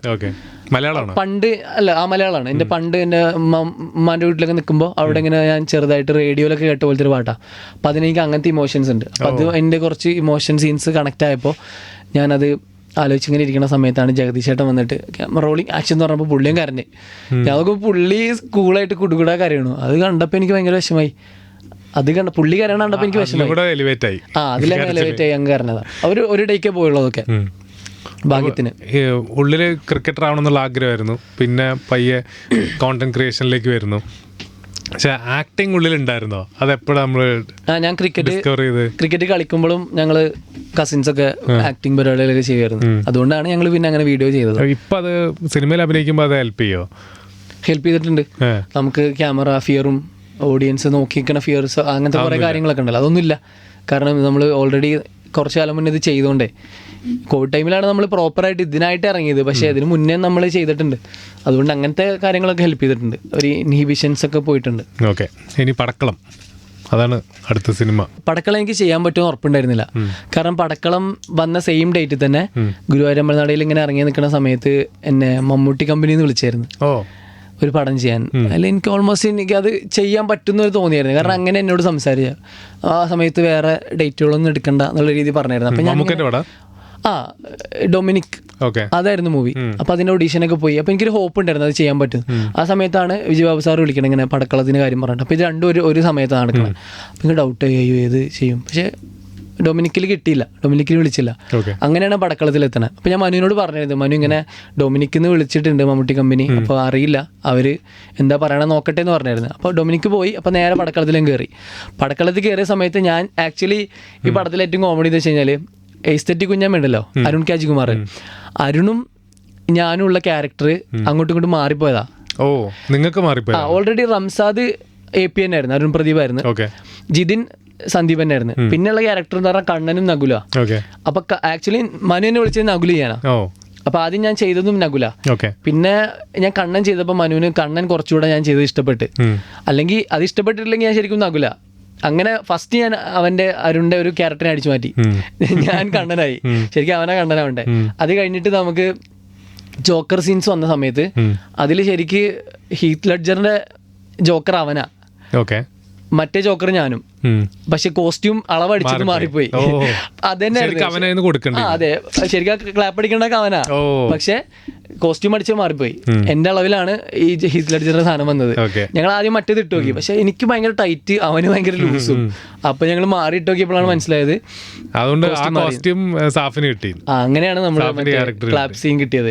ക്ലാപ്പ് സീൻ പക്ഷെ അത് മനു പറഞ്ഞൊന്നുമല്ലായിരുന്നു, അങ്ങനെ ഒരു സംഭവം ഉണ്ട്. അപ്പൊ എന്തെങ്കിലും ഒരു ഐക്കോണിക് സാധനം പിടിക്കാന്ന് പറഞ്ഞപ്പോ ഞാൻ നോക്കിയപ്പോ ഹീത്ത് ലെഡ്ജറിന്റെ ഏറ്റവും ഐക്കോണിക് ആയിട്ട് കിടക്കണ ആ ക്ലാപ്പാണ്. അപ്പൊ ഞാനതിങ്ങനെ എടുത്ത് കാണും, കുറെ നേരം കണ്ട് ഞാൻ ഇങ്ങനെ പ്രാക്ടീസ് ചെയ്യുമ്പോമാർക്ക് കാണിച്ചു കൊടുക്കും, അടുത്ത് എങ്ങനെയുണ്ട്, ഇതെങ്ങനെയുണ്ട്. അപ്പൊ അവർ പറയും അല്ല കുറച്ചുകൂടെ കുറച്ചുകൂടെ താഴെ, അങ്ങനെയൊക്കെ പറഞ്ഞ് എന്തോ ബബിൾ ഗം ചാക്കണ പോലെ എന്തോ ഒരു ആക്ഷനും ഉണ്ട്. അപ്പൊ ഞാൻ അതിങ്ങനെ അതും കഴിച്ചിട്ട് ഇങ്ങനെ ക്ലാപ്പ് അടിച്ച് വിട്ട്. പക്ഷെ അതൊന്നും ഇത്രയും ഇതാവുന്ന വിചാരിച്ചില്ല. ഇല്ല ഇതൊക്കെ ആൾക്കാർ നോട്ട് ചെയ്യുന്ന ഞാൻ വിചാരിച്ചില്ല. അത് ശരിക്കും അത്രയും ഉണ്ടോ എന്നുള്ള എനിക്ക് ഇപ്പോഴും ഡൗട്ട് ഉണ്ട്. അങ്ങനെ ഒരു ചെറിയ ക്ലാപ്പിംഗ് സീൻ അല്ല, ആർക്കും ചെയ്യാൻ പറ്റും. അത് ആ വീഡിയോ നോക്കിയിട്ട് അതുപോലെ ചെയ്താൽ മതിയല്ലോ. പക്ഷെ അത് ആൾക്കാർ ഭയങ്കര എന്തോ പറയണോ എനിക്കറിയില്ല. എന്നാലും കയ്യിൽ നിന്ന് ഇടാന്നുള്ളതാണ് നമ്മുടെ എഫേർട്ട്. അതെ അവിടെ വെറുതെ നിൽക്കണേക്കാൾ നല്ലത് അങ്ങനെ ഒരു സാധനം സന്ദീപ് നേരത്തെ പറഞ്ഞ സാധനം അല്ലേ. അതെ നമ്മൾ എക്സ്ട്രാ ചെയ്താലേ നിൽക്കാൻ പറ്റുള്ളൂ, നോട്ട് ചെയ്യുള്ളൂ. ഓക്കെ, ഈ 90s ജനറേഷന് പേടി സ്വപ്നമായി മാറിയ ഒരു വാക്കിന്റെ ഉപജ്ഞാതാവാണ്, ആ വാക്കുണ്ടാക്കിയ ആളാണ് സാഫ് ബോയ്, തന്ത വൈബ്. അതിൽ ഞാനിന്ന് ഖേദിക്കുന്നു. കാരണം കുറെ ആൾക്കാർ എനിക്ക് മെസ്സേജ് അയക്കും, നീ കാരണമാണ് ഞങ്ങളിപ്പോ അങ്ങനെ ഒരു കാറ്റഗറി പോയെന്നുള്ളത്. അങ്ങനെ ഇത്രയും ഇതാവുന്ന ചോദിച്ചാൽ ഇതല്ല, നമ്മളൊന്നും അങ്ങനെ ചെയ്യണമല്ലോ. പക്ഷെ എനിക്കത് ചെയ്തപ്പോൾ ഒരു ഊഹം ഉണ്ടായിരുന്നു, ഈ വേർഡ് കുറച്ച് ഹിറ്റാവാൻ ചാൻസ് ഉണ്ട്. കാരണം അമ്മാവൻ വൈബ് എന്നുള്ളത് ആൾക്കാർ യൂസ് ചെയ്ത് മടുത്തൊരു സാധനമാണ്. അമ്മാവൻ വൈബ് ഉണ്ടായിരുന്നു, ഈ അമ്മാവൻ മൂഡ്, ഇയാളാരും അമ്മാവനോ അങ്ങനത്തെ ഒരു ടേംസ് ഒക്കെ ഉണ്ടായിരുന്നു. അപ്പം അതിനെ റീപ്ലേസ് ചെയ്യാൻ പറ്റിയൊരു ബെറ്റർ വേർഡ് വന്നു കഴിഞ്ഞാൽ റീപ്ലേസ് ആവുമെന്ന് എനിക്കറിയായിരുന്നു. അപ്പം ഞാനിങ്ങനെ ചുമ്മാ തന്ത വൈബ് എന്ന് ഹിറ്റാവുന്ന എനിക്ക് ചെറിയൊരു ഊഹം ഉണ്ടായിരുന്നു, ഒരു 2% സാധനം. പക്ഷെ അത് ഭയങ്കര മലയാളിക്ക് ഡിക്ഷണറിയിൽ ഒരു വാക്ക് കോൺട്രിബ്യൂട്ട് ചെയ്ത മച്ചാനാണ്. അത് സിനിമ ആയപ്പോഴാണ് ഞാൻ ഭയങ്കര എന്താ സിനിമയുടെ അപ്ഡേറ്റ്സ് ഉണ്ടോ? നടന്നുകൊണ്ടിരിക്കണം, പ്രിയ എന്ന് നടന്നുകൊണ്ടിരിക്കാന്ന് തോന്നണം. നമ്മളൊന്നും ഇല്ല അതില്. പക്ഷെ അത് സിനിമ ആയല്ലോ, പക്ഷെ ഭയങ്കര സംഭവമായി. മൂസി അത് വിളിച്ച് പറഞ്ഞു കോപ്പിറൈറ്റ് ഉണ്ടോന്ന് ചോദിച്ചു. നമ്മളെ കസിന്റെ ഒരു കഫേ ഉണ്ട് അങ്ങനെ പറയായിരുന്നില്ലേ? ഏയ് ഞാൻ പറഞ്ഞ എനിക്ക് കോപ്പിറൈറ്റ് ഒന്നും ഇല്ല, ഒരു ചാൻസ് ആയിട്ട് ഇങ്ങോട്ട് തന്നാ മതി ഏതെങ്കിലും സിനിമയില്. വെയിറ്റ് ചെയ്യണല്ലേ? അതെ, പുള്ളിയുടെ കൂടെ ഒക്കെ സിനിമ ചെയ്യണം എന്നുള്ളത് ഒരു മലബാറുകാരൻ എന്നുള്ള രീതിയിൽ എൻ്റെ ഒരു ഡ്രീമാണ്. എന്താ തന്ത വൈബ്? ഡിഫൈൻ തന്ത വൈബ് എന്ന് പറഞ്ഞാൽ എങ്ങനെ, എന്തൊക്കെ വരുമ്പോഴാണ് തന്ത വൈബ് വരുന്നത്? ജനറേഷൻ ഗ്യാപ്പ് ആയിരിക്കും ഒറ്റയടിക്ക് പറയാൻ പറ്റി കഴിഞ്ഞാൽ. പക്ഷെ ആ വീഡിയോയില് എനിക്ക് ഇഷ്ടപ്പെട്ടത് മറ്റേ ബൈക്ക് പോകുമ്പോൾ ചൂടാവും. ഞാൻ ഇപ്പൊ DJ പാട്ടാണ് കേൾക്കുന്നത്, പഴയ പാട്ട് DJ പാട്ട് നിർത്തി പഴയ പാട്ടിലേക്ക് പോകുന്നു. എന്റെ തന്ത വൈബ് എന്ന് ഡാൻസ് കളിക്കുന്നത്. അപ്പൊ ഇങ്ങനെ നമ്മൾ എന്തൊക്കെ ചെയ്യുമ്പോഴായിരിക്കും തന്ത വൈബ് വരിക? ഇപ്പത്തെ സാഫിന്റെ ഒരു ഈ ജനറേഷനിൽ നിന്നുകൊണ്ട് നോക്കുമ്പോ എന്തൊക്കെയാ ഫീൽ ചെയ്യാറ്? ഇപ്പൊ ഞാൻ ചെയ്യണ തന്ത വൈബ് കാര്യങ്ങൾ എന്ന് പറഞ്ഞാൽ മധുരമില്ലാതെ കട്ടൻ ചായ അത് തന്തവൈബായിട്ട് കാണുന്നവരുണ്ട്. മൂത്തമ്മമാരൊക്കെ നല്ല മധുരമിട്ട് സ്നേഹം കൊണ്ട് മധുരം കൂട്ടിയിട്ട് ചായ വരുമ്പോ ഞാൻ ഷുഗർ ഡയറ്റാന്നൊക്കെ പറയുമ്പോ അവർക്ക് തന്നെ തോന്നും ഇപ്പൊ നമ്മളെക്കാള് പ്രായമായോ അങ്ങനത്തെ ഒരു സാധനം. ഷുഗർ ഉണ്ടോ? സുരാജേട്ടൻ ചോദിച്ച് പടക്കളം ഷൂട്ട് കഴിഞ്ഞിട്ട് ഞങ്ങള് പിന്നെ കാണുന്നത് മറ്റേ രജനീകാന്തിനെ കാണാൻ പോയപ്പോഴാ. അന്നേരം എന്നെ കണ്ടപ്പോ പുള്ളി ചോദിക്കാ, ഡേയ് നിനക്ക് എന്താ ഷുഗർ പിടിച്ചാടേ? മെലിഞ്ഞപ്പോ പുള്ളി വരെ ചോദിച്ചു. അങ്ങനെ ഒരു ഉണ്ടല്ലോ, പുള്ളി പടങ്ങൾക്ക് വേണ്ടി ഒന്നും ചെയ്യും. ഞാന് പണ്ടൊക്കെ നമ്മള് റൂമിൽ നിന്നൊക്കെ പോകുമ്പോ ലൈറ്റും ഫാനൊന്നും ഓഫ് ആക്കൂലായിരുന്നു, അങ്ങനെ പോകും. ഇപ്പൊ കറണ്ട് ബില്ല് കൊടുക്കേണ്ട കാരണം രണ്ടും ഞാൻ തന്നെ ചെയ്യും. വണ്ടിയില് പണ്ട് അനാവശ്യമായിട്ടൊരു മറ്റേ സ്പീഡപ്പ് ഉണ്ടായിരുന്നു, വെറുതെ പറന്ന് പോവും. പക്ഷെ ഇപ്പൊ കുറച്ച് വീട്ടിൽ ഇവരൊക്കെ ഉണ്ടല്ലോ, അനിയത്തിയൊക്കെ ഉണ്ടല്ലോ എന്നുള്ളൊരു പേടിയിൽ ഞാൻ കുറച്ച് മെല്ലെ പോവാറുള്ളൂ. അധികം കുത്തിക്കഴപ്പുകളൊന്നും ഇല്ല ഇപ്പോൾ. അങ്ങനെ കുറച്ച് കാര്യങ്ങളാണ് മെയിനായിട്ട് മാറിയത്. ഡ്രസ്സിംഗ് ഒക്കെ പിന്നെ നമ്മൾ കഷ്ടപ്പെട്ട് ജെൻസി വൈബ് പിടിച്ച് അത് ഭയങ്കര സംഭവം. അപ്പൊ ഈ വാക്കിനെ പറ്റി ആൾക്കാർ സംസാരിക്കാറുണ്ടോ വന്ന്? അത് ആദ്യമൊന്നും കുറെ പേർക്ക് അറിയില്ലായിരുന്നു നമ്മളെ വീഡിയോ ഒന്ന് വന്നതാന്നുള്ളത്. പിന്നെ ഇങ്ങനെ നമ്മളും പോസ്റ്റ് ഇട്ട് പിന്നെ ഇങ്ങനെ മ്യൂസിക് അത് അനൗൺസ് ചെയ്ത സമയത്ത്, പടം അനൗൺസ് ചെയ്ത സമയത്ത് കമന്റ്സിലൊക്കെ അങ്ങനെ പറഞ്ഞ് നമ്മുടെ ആണെന്നുള്ളത്. അപ്പം പിന്നെ ആൾക്കാർ അതും ചോദിക്കാൻ തുടങ്ങി. കാണുന്ന സമയത്ത് ഓരോന്നൊക്കെ ചോദിക്കണ ഗ്യാപ്പിൽ ഇപ്പൊ ഇതും കയറി വരും. ഇവിടെയാണ് എല്ലാത്തിന്റെ ഉത്ഭവം എന്ന് പറഞ്ഞിട്ട് വീഡിയോന്റെ അടിയിൽ കമന്റ്. അതെ അതെ, ഇപ്പൊ ദുബായിൽ നിന്നാണ് സംഭവം വന്നതെന്നൊക്കെ പറയുന്നുണ്ടായിരുന്നല്ലോ. ദുബായിലുള്ള നമ്മുടെ കുറച്ച് കസിൻസ് യൂസ് ചെയ്തോണ്ടിരുന്ന ഒരു വേർഡാണത്. അവരൊക്കെ ഹാപ്പി ഉണ്ടോ? പക്ഷെ അവർക്ക് അവരുടെ ഒരു സാധനം സിനിമയിൽ എത്തിന്ന് പറയുമ്പോഴേ സത്യം ഭയങ്കര ഫീലാണ്. നമ്മള് ഫാമിലി ഗ്രൂപ്പിൽ ഭയങ്കര ആഘോഷമൊക്കെ ആയിരുന്നു. എനിക്ക് സിനിമയെക്കാട്ടിലും എല്ലാവരും ഉപയോഗിക്കുന്ന ഒരു വാക്കായി മാറി. സാധാരണ ഒരു വാക്ക് സിനിമയിൽ വരുമ്പോഴാണ് നമ്മൾ അത് എല്ലാവരും ഉപയോഗിക്കുന്ന വാക്കാവുക. ഇത് നിങ്ങള് നമ്മുടെ ജാസർ ക്ലിക്സിന്റെ മറ്റേ പരിപാടി പോലെ ഏത് മൂഡ് പോലെ തന്ത വൈബ് ഡിക്ഷണറിയിൽ കയറി എന്നുള്ളതാണ്. അതെ, സന്തോഷം. ഒരു 10 രൂപ കൊല്ലം കഴിഞ്ഞിട്ട് ആൾക്കാർ ഇതിനെ കുറിച്ച് പറയുമ്പോ നമ്മൾ ഓർക്കുമല്ലോ, അത് മതി. ആരെങ്കിലും നമ്മളെ തന്ത വൈബ് എന്ന് വിളിക്കുമ്പോ ഞാൻ ഉണ്ടാക്കിയ വാക്കാടാന്ന് പറയാ, ഇതേ ആരോടാ പറയണെന്നുള്ളൊരു അങ്ങനെ ഒരു സാധനം അടിക്കാം ആ സമയത്ത്. അടിപൊളി. അപ്പൊ രജനി സാറിനെ കണ്ടോ അതിന്റെ ഇടയിലല്ലേ? അതെ, എന്തായാലും പറഞ്ഞോ? വണക്കം ഇത് മാത്രമേ പറഞ്ഞുള്ളൂ. ഇതും പറഞ്ഞ് പിന്നെ പടത്തിനെ കുറിച്ച് 2-3 കാര്യങ്ങളൊക്കെ ചോദിച്ചു. എന്താ കാണാൻ പോയെ? എന്തിനാ കാണാൻ പോയതോ? അതെനിക്ക് സുരാജേട്ടൻ ത്രൂ പോയതാണ് നമ്മള്. നമ്മള് സുരാജേട്ടന് കാരണം പടക്കളം പ്രൊമോഷനൊന്നും വരാൻ പറ്റിയില്ല, ഓക്കെ, വേറെ ഷൂട്ടുള്ള കാരണം. പുള്ളിയുടെ ലുക്കും പുറത്തു വിടാൻ പറ്റില്ല. ഓക്കെ. അപ്പൊ പുള്ളി ഇതെങ്കിലും ചെയ്തതാ സുരാജേട്ടാന്ന് പറഞ്ഞ് ഷറഫുക്ക ലോക്കാക്കിയതാ. ഷറഫുക്ക ഇങ്ങനെ സുരാജേട്ടനോട് കാര്യം പറഞ്ഞ അങ്ങനെ ലോക്ക് ചെയ്താ. പുള്ളി ആ രജനി സാറിന്റെ കൂടെ ഉണ്ടോ പടത്തിൽ? ഉണ്ടായിരുന്നു ആ സമയത്ത്. അപ്പൊ അന്നേരം ഇങ്ങനെ അങ്ങനെ വന്നതാ ഷറഫുക്ക. എന്നിട്ട് ഞങ്ങളൊരു ഗ്രൂപ്പ് കോളായിരുന്നു, ഞാന്, സന്ദീപ്, നിരഞ്ജന, വിജയബാബു സാറ്, സുരാജേട്ടൻ, ഷറഫുക്ക എല്ലാവരും ഉള്ള ഗ്രൂപ്പ് കോളാ. എല്ലാരും പോയാ? അപ്പൊ അല്ല, നമ്മള് ഷറഫുക്ക പോയി, ഞാൻ പോയി, മനു പോയി, നിരഞ്ജന പോയി. അപ്പൊ ഈ ഗ്രൂപ്പ് കോളില് ഇങ്ങനെ പറയുന്നുണ്ട്, സുരാജേട്ടൻ എന്തെങ്കിലും ചെയ്യാൻ പറ്റുമോ നമുക്ക് പ്രൊമോഷന് വേണ്ടിയിട്ട്, കാരണം നമ്മൾ കുറെ തലകുത്തി മറിയുന്നുണ്ട് എന്ന് പറഞ്ഞപ്പോൾ സുരാജേട്ടൻ പറഞ്ഞു ഒരു രക്ഷയില്ലടാ, നമ്മള് അങ്ങനെ ലുക്ക് പുറത്തായ പ്രശ്നമാണ് എന്നൊക്കെ പറയണ്ട. അപ്പോൾ ഷറഫുക്ക, സുരാജേട്ടാ നിങ്ങളിപ്പോൾ അവിടെ അല്ലേ, നമുക്ക് ഇങ്ങനെ ഒരു സംഭവം സെറ്റ് ചെയ്താലോ? സുരാജേട്ടൻ പെട്ട് എന്നിട്ടേ ഓക്കെ സെറ്റ് ചെയ്യാന്നൊക്കെ പറഞ്ഞിട്ട് കോള് വെക്കാന്ന സമയത്ത് ഷറഫേ നിന്നെ ശരിയാക്കി തരാന്ന രീതിയിൽ സീനാണല്ലോ അത്, ഏറ്റെടുക്കൽ കുറച്ച് സീനാണല്ലോ. രജനീകാന്ത് ആണല്ലോ. കോഴിക്കോടായിരുന്നോ? കോഴിക്കോട്. എല്ലാവർക്കും അറിയായിരുന്നു, നമ്മൾ വിചാരിച്ച് ഭയങ്കര സീക്രട്ടാണ്, പക്ഷെ കോഴിക്കോടുകാർക്ക് മൊത്തം അറിയായിരുന്നു അവിടെ പുള്ളി. കാരവാനിൽ പോയി കണ്ടു. സൈനാത്ത ഇപ്പൊ ഇറക്കലില്ലല്ലോ? ഇല്ലല്ല, ഞാൻ നിർത്തി. ആണോ? വേണമെന്ന് എല്ലാരും പറയണ്ടോ? അത് കണ്ട് ഇഷ്ടപ്പെട്ടവര് പറയാറുണ്ട്, പക്ഷെ അത് നിർത്തേണ്ടി വന്നു ഫോഴ്സ്ഫുള്ളി. സൈനാത്ത ശരിക്കും ഉമ്മാന്ന് ഇൻസ്പയർഡ് ആണോ? അല്ലല്ല, എന്റെ ഉമ്മയും സൈനത്തെയും ബന്ധമൊന്നുമില്ല. ഉമ്മ ഭയങ്കര സൈലന്റ് ആയിട്ടുള്ളൊരു പാവമായിട്ടുള്ളൊരു വീടിന്റെ അടുത്തുള്ള ഏതെങ്കിലും താത്തമായിരുന്നു ഇൻസ്പയർഡ് ആണ്? അങ്ങനെ ഇന്ന ആളെന്നല്ല, കുറെ ആൾക്കാരുടെ ഒരു മിക്സഡ് സ്വഭാവമാണ് അത്, ഒരു ബേസിക് മലബാർ നേച്ചറാണത്. അത് മാത്രമേ നമ്മൾ ഫോക്കസ് ചെയ്തിട്ടുള്ളൂ. ഓക്കെ.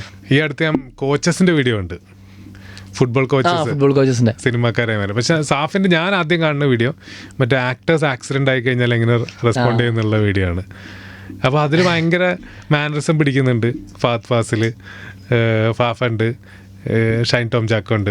അപ്പോൾ മിമിക്രി ഉള്ളിലുണ്ടായിരുന്നോ? സൗണ്ട് എടുക്കാതെ മാനറിസം ആണോ മെയിൻ? ഇല്ല, സൗണ്ട് ഒന്നും കറക്റ്റ് ഒന്നുമല്ല, അത് അങ്ങനെ മാനറിസം വരുന്നോട് തോന്നണാവും. അത് എനിക്ക് അങ്ങനെ ഇഷ്ടമാണ് ഒബ്സർവ് ചെയ്തിട്ട് ഓരോന്ന് ചെയ്യാനൊക്കെ. പിന്നെ നമ്മൾ സ്പോർട്സ് പേഴ്സൺ ആയതുകൊണ്ട് ആദ്യം ഒന്നും അത് ചെയ്യില്ലായിരുന്നു, ഇപ്പോൾ ധൈര്യമായിട്ട് ചെയ്യാം നമ്മളിങ്ങനെ ഫീൽഡിലായതുകൊണ്ട്. പക്ഷെ എനിക്ക് എന്തായാലും പേടിയാണ് ഇവരൊക്കെ നേരിട്ട് കാണുമ്പോൾ എന്തായിരിക്കും എന്നുള്ളൊരു സാധനം. നമ്മൾ ഫണ്ടിന് പറയണമെങ്കിലും ചെയ്യണമെങ്കിലും അവരിത് എങ്ങനെ എടുക്കും അറിയില്ലല്ലോ. അവരൊക്കെ ഷെയർ ചെയ്തിരുന്നു.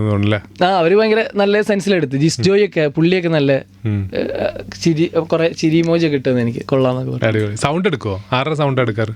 ആരുടെ എടുക്കില്ല, എന്റെ സൗണ്ട് തന്നെ മര്യാദക്ക് വരില്ല ചില സമയത്ത്. സോഷ്യൽ മീഡിയ ഡോക്ടേഴ്സ് എന്ന് പറഞ്ഞിട്ട് ഇപ്പൊ അടുത്ത ഒരു വീഡിയോ ഉണ്ടായിരുന്നു. സോഷ്യൽ മീഡിയ ഡോക്ടേഴ്സ്, അതായത് നമ്മൾ ഇൻസ്റ്റാഗ്രാം തുറന്നു കഴിഞ്ഞാൽ രണ്ട് അഭിപ്രായം ഒറ്റയടിക്ക് വരും നമുക്ക്. സത്യം, അതായത് കൺഫ്യൂഷൻ ആക്കുക എന്നുള്ളതാണ് ബേസിക് സംഭവം. ഇപ്പൊ ബേസിക് ഞാൻ മെയിൻ ആയിട്ട് കാണുന്നത് ജിം ട്രെയിനേഴ്സിന്റെയും പിന്നെ കുറച്ച് ഡോക്ടേഴ്സിന്റെ. അതായത് ക്യാമറ ഓണാക്കി വെച്ച് വീഡിയോയിൽ എന്തും പറയാന്ന് പറഞ്ഞാൽ ശരിയാവില്ലല്ലോ. കൺഫ്യൂഷൻ ആക്കണം, ആൾക്കാരെ ഭയങ്കരമായിട്ട് കൺഫ്യൂഷൻ ആക്കും. ഇപ്പൊ ചിലര് പറയും ബീഫ് മാത്രം കഴിച്ചാൽ മതി എന്ന് പറയുന്ന ഇൻഫ്ലുവൻസേഴ്സ് ഉണ്ട്, ട്രെയിനേഴ്സ്. ഇത്രയും കണ്ടന്റ് കൂടിയോണ്ട് നമ്മുടെ കുഴപ്പമാണോ എന്ന് ഞാൻ ചിലപ്പോൾ ആലോചിക്കാറുണ്ട്. ചില വീഡിയോയിൽ നമുക്ക് മുട്ട ഓക്കെയാണ്, ചില മുട്ട ഓക്കെ അല്ല, കൊളസ്ട്രോൾ ആണ്, എന്നാൽ മുട്ട ഭയങ്കര പ്രോട്ടീനാണ്. അപ്പൊ ഇത് നമുക്ക് കൺഫ്യൂഷൻ ഉണ്ടാക്കും. ഈ കൺഫ്യൂഷൻ എന്ന് പറഞ്ഞാൽ നമ്മളിത് സ്ഥിരമായിട്ട് ജിമ്മും കാര്യങ്ങളൊക്കെ ഫോളോ ചെയ്യുമ്പോൾ നമുക്കിത് ഭയങ്കര ദേഷ്യം വരും. ഇവരിത് നിങ്ങൾ അതിൽ മെയിനായിട്ട് കാണാൻ കമന്റ് ഇതാ, നിങ്ങളൊരു മീറ്റിംഗ് കൂടിയിട്ട് നിങ്ങളൊന്ന് തീരുമാനിക്കും. സത്യം അതല്ലേ, ഓഡിയൻസിന് കൺഫ്യൂഷൻ ഉണ്ടാക്കുകയാണ്. എണ്ണ ഓക്കെയാണ്, ചിലതിൽ എണ്ണ നല്ലതെന്ന് പറയും, ചിലതിൽ എണ്ണ വെളിച്ചെണ്ണ നല്ലതാണ്, എത്ര കഴിച്ചാലും കുഴപ്പമില്ല എന്ന് പറയുന്ന ടീംസ് ഉണ്ട്. എന്നാൽ എണ്ണ ബേസിക്കലി എണ്ണക്ക് ഒരു നേച്ചർ ഉണ്ട്, നമുക്ക് കുഴപ്പമാണ് കൊളസ്ട്രോൾ എന്ന് പറയുന്നവരുണ്ട്. നമ്മളിതിൽ ഏതെടുക്കും, അങ്ങനെ കൺഫ്യൂഷൻ ഉണ്ട്. പഞ്ചസാരയുടെ ഉണ്ട്, ഷുഗർ ഓക്കെയാണ്, ഷുഗർ അല്ല കട്ട് ചെയ്യേണ്ടത് പറയുന്നത്. ഇങ്ങനത്തെ വീഡിയോ അതിൽ നല്ല ഇത് ഇൻസ്പയർഡ് ആയത്. എനിക്ക് വർക്കൗട്ട് ചെയ്യുന്ന കാരണം ഇപ്പൊ അവരാണ് ഏറ്റവും വലിയ ശല്യം. ഇപ്പൊ അമ്മ ഭയങ്കര കൂളാണെന്ന് സാഫ് പറഞ്ഞിട്ടുണ്ട്. ഭയങ്കര ഒരു പ്രശ്നമില്ലാത്ത ആൾക്കാരാണ്. നമ്മൾ ഏത് പരിപാടിക്ക് ഇറങ്ങിക്കഴിഞ്ഞാലും അതിന് ഓക്കെ പറഞ്ഞ് സപ്പോർട്ട് ചെയ്ത് വിടുന്നോണ്ടാണോ അങ്ങനെ പറഞ്ഞത്? എന്താ അവരുടെ സപ്പോർട്ട് എങ്ങനെയായിരുന്നു? അങ്ങനെ നമുക്ക് സപ്പോർട്ടായിട്ട് എടാ നീ ചെയ്യ്, നീ അടിപൊളിയായിട്ട് ചെയ്യുന്നു പറയണ പാരന്റ്സ് അല്ല, അതല്ല എനിക്ക് സപ്പോർട്ട് എന്ന് ഉദ്ദേശിക്കണേ. നോ പറയാണ്ട് നിൽക്കുക എന്നുള്ളതാണ്. നമ്മളൊരു ഇന്നോവേഷൻ അല്ലെങ്കിൽ ഒരു ഐഡിയ പറയുമ്പോൾ അതിനോട് മുഖം ചുളിക്കുക അല്ലെങ്കിൽ നോ പറയാ, ഇതില്ലാത്തതാണ് പാരന്റ്സിന്റെ ഏറ്റവും വലിയ ക്വാളിറ്റി. അതാണ് എനിക്ക് കിട്ടിയിട്ടുള്ളത്. നോ പറയൂല, ആണോ അങ്ങനെയാണ് ചെയ്ത് നോക്ക് എന്നുള്ളൊരു ആറ്റിറ്റ്യൂഡാണ്, അതാണ് സപ്പോർട്ട്. സൂപ്പർ. 8ാം ക്ലാസ്സിൽ നിന്ന് ക്രിക്കറ്റർ ആവാൻ ഇറങ്ങി തിരിച്ച സാഫ് ബോയുടെ സ്റ്റോറീസിലേക്ക് പോകാം നമുക്ക്. അപ്പോൾ 8ാം ക്ലാസ്സിൽ നിന്ന് ക്രിക്കറ്ററായി ഇറങ്ങി തിരിക്കാനുള്ള, വീട്ടിൽ നിന്ന് ഇറങ്ങാനുള്ള തീരുമാനം എടുക്കുകയാണ്. അപ്പോൾ കൊണ്ടുവിടുകയാണ് ട്രിവാൻഡ്രത്തിലെ. അപ്പോൾ ക്രിക്കറ്റ് എന്നാ ലൈഫിലേക്ക് വന്നത്? 8ാം ക്ലാസ് കഴിഞ്ഞപ്പോൾ ഭയങ്കര ക്രിക്കറ്റ് പാഷനായിരുന്നു. അതെങ്ങനെ കയറിയെന്ന് അറിയില്ല. മലപ്പുറം പോലെ സ്ഥലത്ത് നിന്ന് ഡെയിലി ഫുട്ബോൾ കളിക്കുന്ന ആൾക്കാരുടെ ഇടയിൽ നിന്ന് ഭയങ്കര ക്രിക്കറ്റ് പാഷൻ കയറി. ഞാൻ പെരിന്തൽമണ്ണ ക്രിക്കറ്റ് ഉണ്ട് കേട്ടോ, എനിക്ക് ക്രിക്കറ്റ് ഉണ്ട്, പക്ഷെ നമുക്ക് അറിയില്ലായിരുന്നു ആ സമയത്തൊന്നും അറിയില്ല. ക്രിക്കറ്റ് എന്ന് പറഞ്ഞാൽ നമുക്ക് അന്ന് കാണുന്ന മാച്ചസ് മാത്രമാണ് ക്രിക്കറ്റ്. അവിടെ ബേസിക്കലി നമ്മുടെ നേച്ചർ എന്ന് പറഞ്ഞാൽ ഫുട്ബോൾ സപ്പോർട്ടാണ്. അവിടെ നിന്ന് ക്രിക്കറ്റിനോട് ഭയങ്കര ഒരു ഇഷ്ടം കയറി. ഗാംഗുലിനോട് ഭയങ്കര ഗാംഗുലി ഫാനായിരുന്നു. അങ്ങനെ റൈറ്റ് ഹാൻഡറായി ഞാൻ ലെഫ്റ്റ് ഹാൻഡറായി മാറി, ഗാംഗുലിനെ ഇമിറ്റേറ്റ് ചെയ്തിട്ട്. അങ്ങനെയൊക്കെയാണ് ക്രിക്കറ്റ്. ഞാൻ പിന്നെ ലെഫ്റ്റ് ഹാൻഡറായി പോയി. ഗാംഗുലിനോടുള്ള ആരാധന മൂത്തി ലെഫ്റ്റ് ഹാൻഡറായി പോയി. ആദ്യം എവിടെ കളിക്കാൻ പോയ? നാട്ടില് മുറ്റത്ത് നമ്മുടെ പറമ്പിലൊക്കെ ഉള്ള കളിന്ന് ആദ്യമായിട്ട് നമ്മൾ അണ്ടർ 13 സെലക്ഷൻ ഉണ്ടായിരുന്നു അങ്ങാടിപ്പുറം പോളി ഗ്രൗണ്ടിൽ. അതിന് അന്ന് പനൊക്കെ കൺവിൻസ് ചെയ്ത് എൻ്റെ കസിൻ ഉണ്ടായിരുന്നു, റാസി സാലി എന്നൊക്കെ പറഞ്ഞ എൻ്റെ ഫ്രണ്ടും ഉണ്ടായിരുന്നു, റമീസ് എന്ന് പറഞ്ഞിട്ട്. ഒരു 3 പേരും കൂടെയാണ് നമ്മളെ 500 രൂപക്ക് ക്രിക്കറ്റ് കിറ്റൊക്കെ സെറ്റ് ആക്കിയിട്ട് കൊണ്ടുപോയി. വിക്കറ്റ് കീപ്പർ ആയിരുന്നു ആ സമയത്ത്. അന്ന് ആ സെലക്ഷൻ കിട്ടി. അതായത് ഒരു 30 പേര് ഷോർട്ട് ലിസ്റ്റ് ചെയ്തപ്പോൾ കിട്ടി കീപ്പറായിട്ട്. പിന്നെ അങ്ങനെ ഔട്ടായി. പിന്നെ അണ്ടർ 14 ഇല്ല, ആ സമയത്ത് 30 പേരിൽ ഷോർട്ട് ലിസ്റ്റ് ആയിട്ട് അങ്ങനെ പോയി. വിക്കറ്റ് കീപ്പറായിട്ട് നടക്കൂല എന്ന് മനസ്സിലായി. കാരണം കിടിലൻ കീപ്പേഴ്സ് ഒക്കെയാണ്, വർഷങ്ങളായിട്ട് കീപ്പ് ചെയ്ത് തുടങ്ങിയവരുടെ അടുത്തേക്കാണ് ഞാൻ ഒരു ദിവസം വന്നിട്ട് ഇത് ചെയ്യണേ. അല്ല, ഒന്നും അറിയില്ല, ബോൾ പിടിക്കാൻ മാത്രം അറിയാം, ബാറ്റ് ചെയ്യാനും അറിയാം. അങ്ങനത്തെ ഒരു സംഭവം അങ്ങനെ വന്നതാ. അങ്ങനെ അതിന്റെ ബേസ് ചെയ്തിട്ട് ഒരു ക്യാമ്പ് നടത്തി. ആ ക്യാമ്പിലാണ് ഞാൻ ലെഗ് സ്പിന്നർ ആണ് മനസ്സിലാവണത്. എനിക്ക് ലെഗ് സ്പിന്നർ ചെയ്യാൻ പറ്റുമെന്ന് മനസ്സിലാവണത്. അത് തന്നെ ചുമ്മാ ചെയ്ത് നോക്കി. കാരണം എന്നോട് പറഞ്ഞു എന്തായാലും ഇങ്ങനെ, അന്ന് സംഗീതും സച്ചിനും ഇവർ രണ്ടുപേരാണ് വിക്കറ്റ് കീപ്പേഴ്സ്. സംഗീതും സച്ചിനും ഉണ്ട് കീപ്പേഴ്സ് ആയിട്ട്. എന്തായാലും ഡിസ്ട്രിക്ട് ടീം കിട്ടാൻ പോകുന്നില്ല. തേർഡ് കീപ്പർ ഒന്നും ഉണ്ടായി, സെക്കൻഡ് കീപ്പർ മാക്സിമം ഉണ്ടാവുള്ളൂ.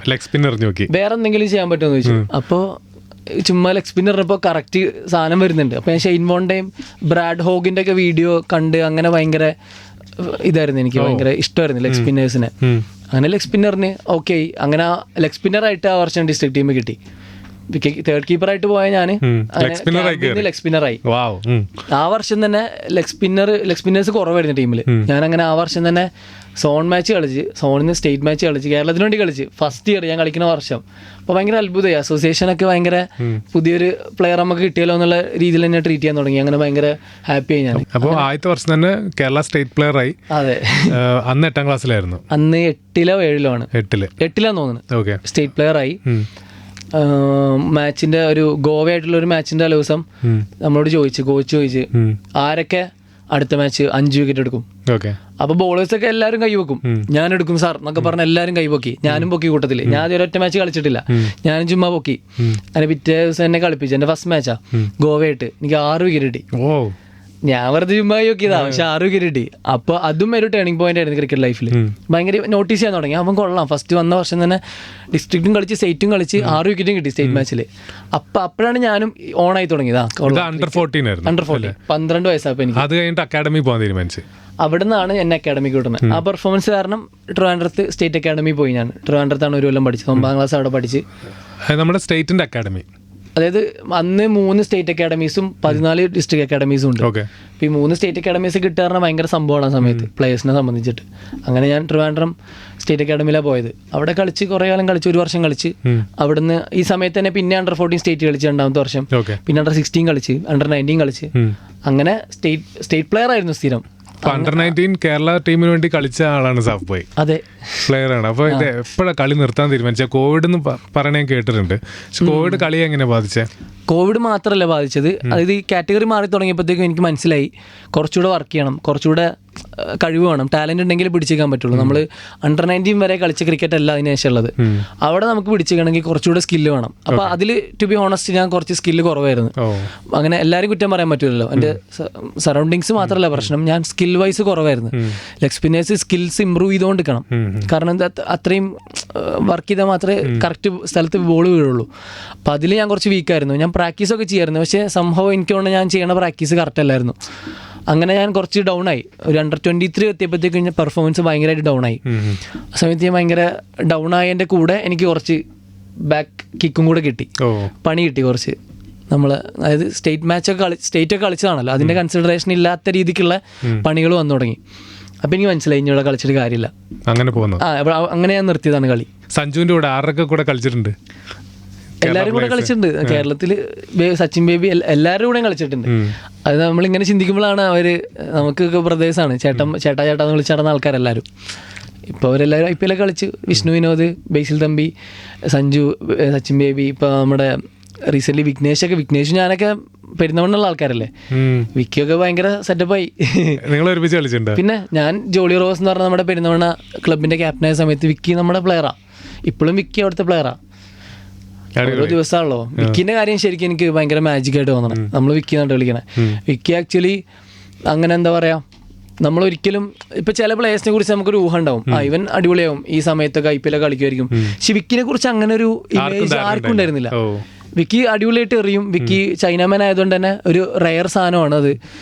അപ്പോൾ അവന് എപ്പോഴെങ്കിലും ഒരു അടിപൊളിയാവുമായിരിക്കും എന്നുള്ളൊരു തോട്ടമുള്ളൂ. അല്ലാണ്ട് ഇത്ര പെട്ടെന്ന് മുംബൈ ഇന്ത്യൻസ് പോലെ ടീമിൽ കയറുന്നോ ധോണി ഭായ് വന്ന് അപ്രീഷിയേറ്റ് ചെയ്യുന്നോ ഒന്നും വിചാരിച്ചില്ല. അവനും വിചാരിച്ചിട്ടുണ്ടാവില്ല. അപ്പോൾ അതിൽ ഭയങ്കര സന്തോഷമാണ്. സഞ്ജു ഒക്കെ ആയിട്ട് ഒരേ ടീമിൽ കളിച്ചിട്ടുണ്ടോ? പിന്നെ കേരളത്തിന് വേണ്ടിയല്ല, ഒരു കാറ്റഗറി കുറച്ച് സീനിയർ കാറ്റഗറി ആയിരുന്നു. ഞാൻ ട്രിവാൻഡ്രത്ത് ഒരു ക്ലബ്ബിൽ സഞ്ജുവിൻ്റെ കൂടെ കളിച്ചിട്ടുണ്ട്. സഞ്ജു കീപ്പിയും ഞാൻ ബോൾ ചെയ്തിട്ടുണ്ട്. പിന്നെ സൗത്ത് ആഫ്രിക്ക പോയി കളിച്ചാലെന്നുള്ള ആഗ്രഹം വരാനുള്ള ഒരു ഇൻസിഡന്റ് ഉണ്ടായിട്ടുണ്ടല്ലേ? പക്ഷെ അത് ആൾക്കാർ വിചാരിച്ചും തള്ളാണ്. തള്ളല്ല. ഇവര് south Africa A team Wayanad Krishnagiri സ്റ്റേഡിയത്തിൽ വന്ന സമയത്ത് നെറ്റ്സിൽ ബോൾ ചെയ്ത സമയത്ത് ഡീകോക്കിനെ ഔട്ടാക്കിയിട്ടുണ്ട്. അതിന് തള്ളിയതല്ല, സത്യമായിട്ട് ഔട്ടാക്കിയിട്ടുണ്ട്. അത് കണ്ടവർക്ക് അറിയാം. പിന്നെ മൂപ്പര് 6 അടിച്ചില്ലേ? പിന്നെ മുപ്പര് 6 അടിച്ചു. അതും ഞാൻ പറഞ്ഞു. പക്ഷെ അതാരും നോട്ട് ചെയ്തില്ല. പുള്ളി ഒന്നും നോക്കൂല. ഫസ്റ്റ് ഇതേതാ ബോളർ അല്ലെങ്കിൽ നോക്കൂല. ആ നോക്കലിലൊന്നും ഔട്ടായി പോയതാ. പിന്നെ നിലത്ത് നിർത്തിയിട്ടില്ല. അങ്ങനെ ഒരു ഇൻസിഡന്റ് ഉണ്ടായിട്ടുണ്ട്.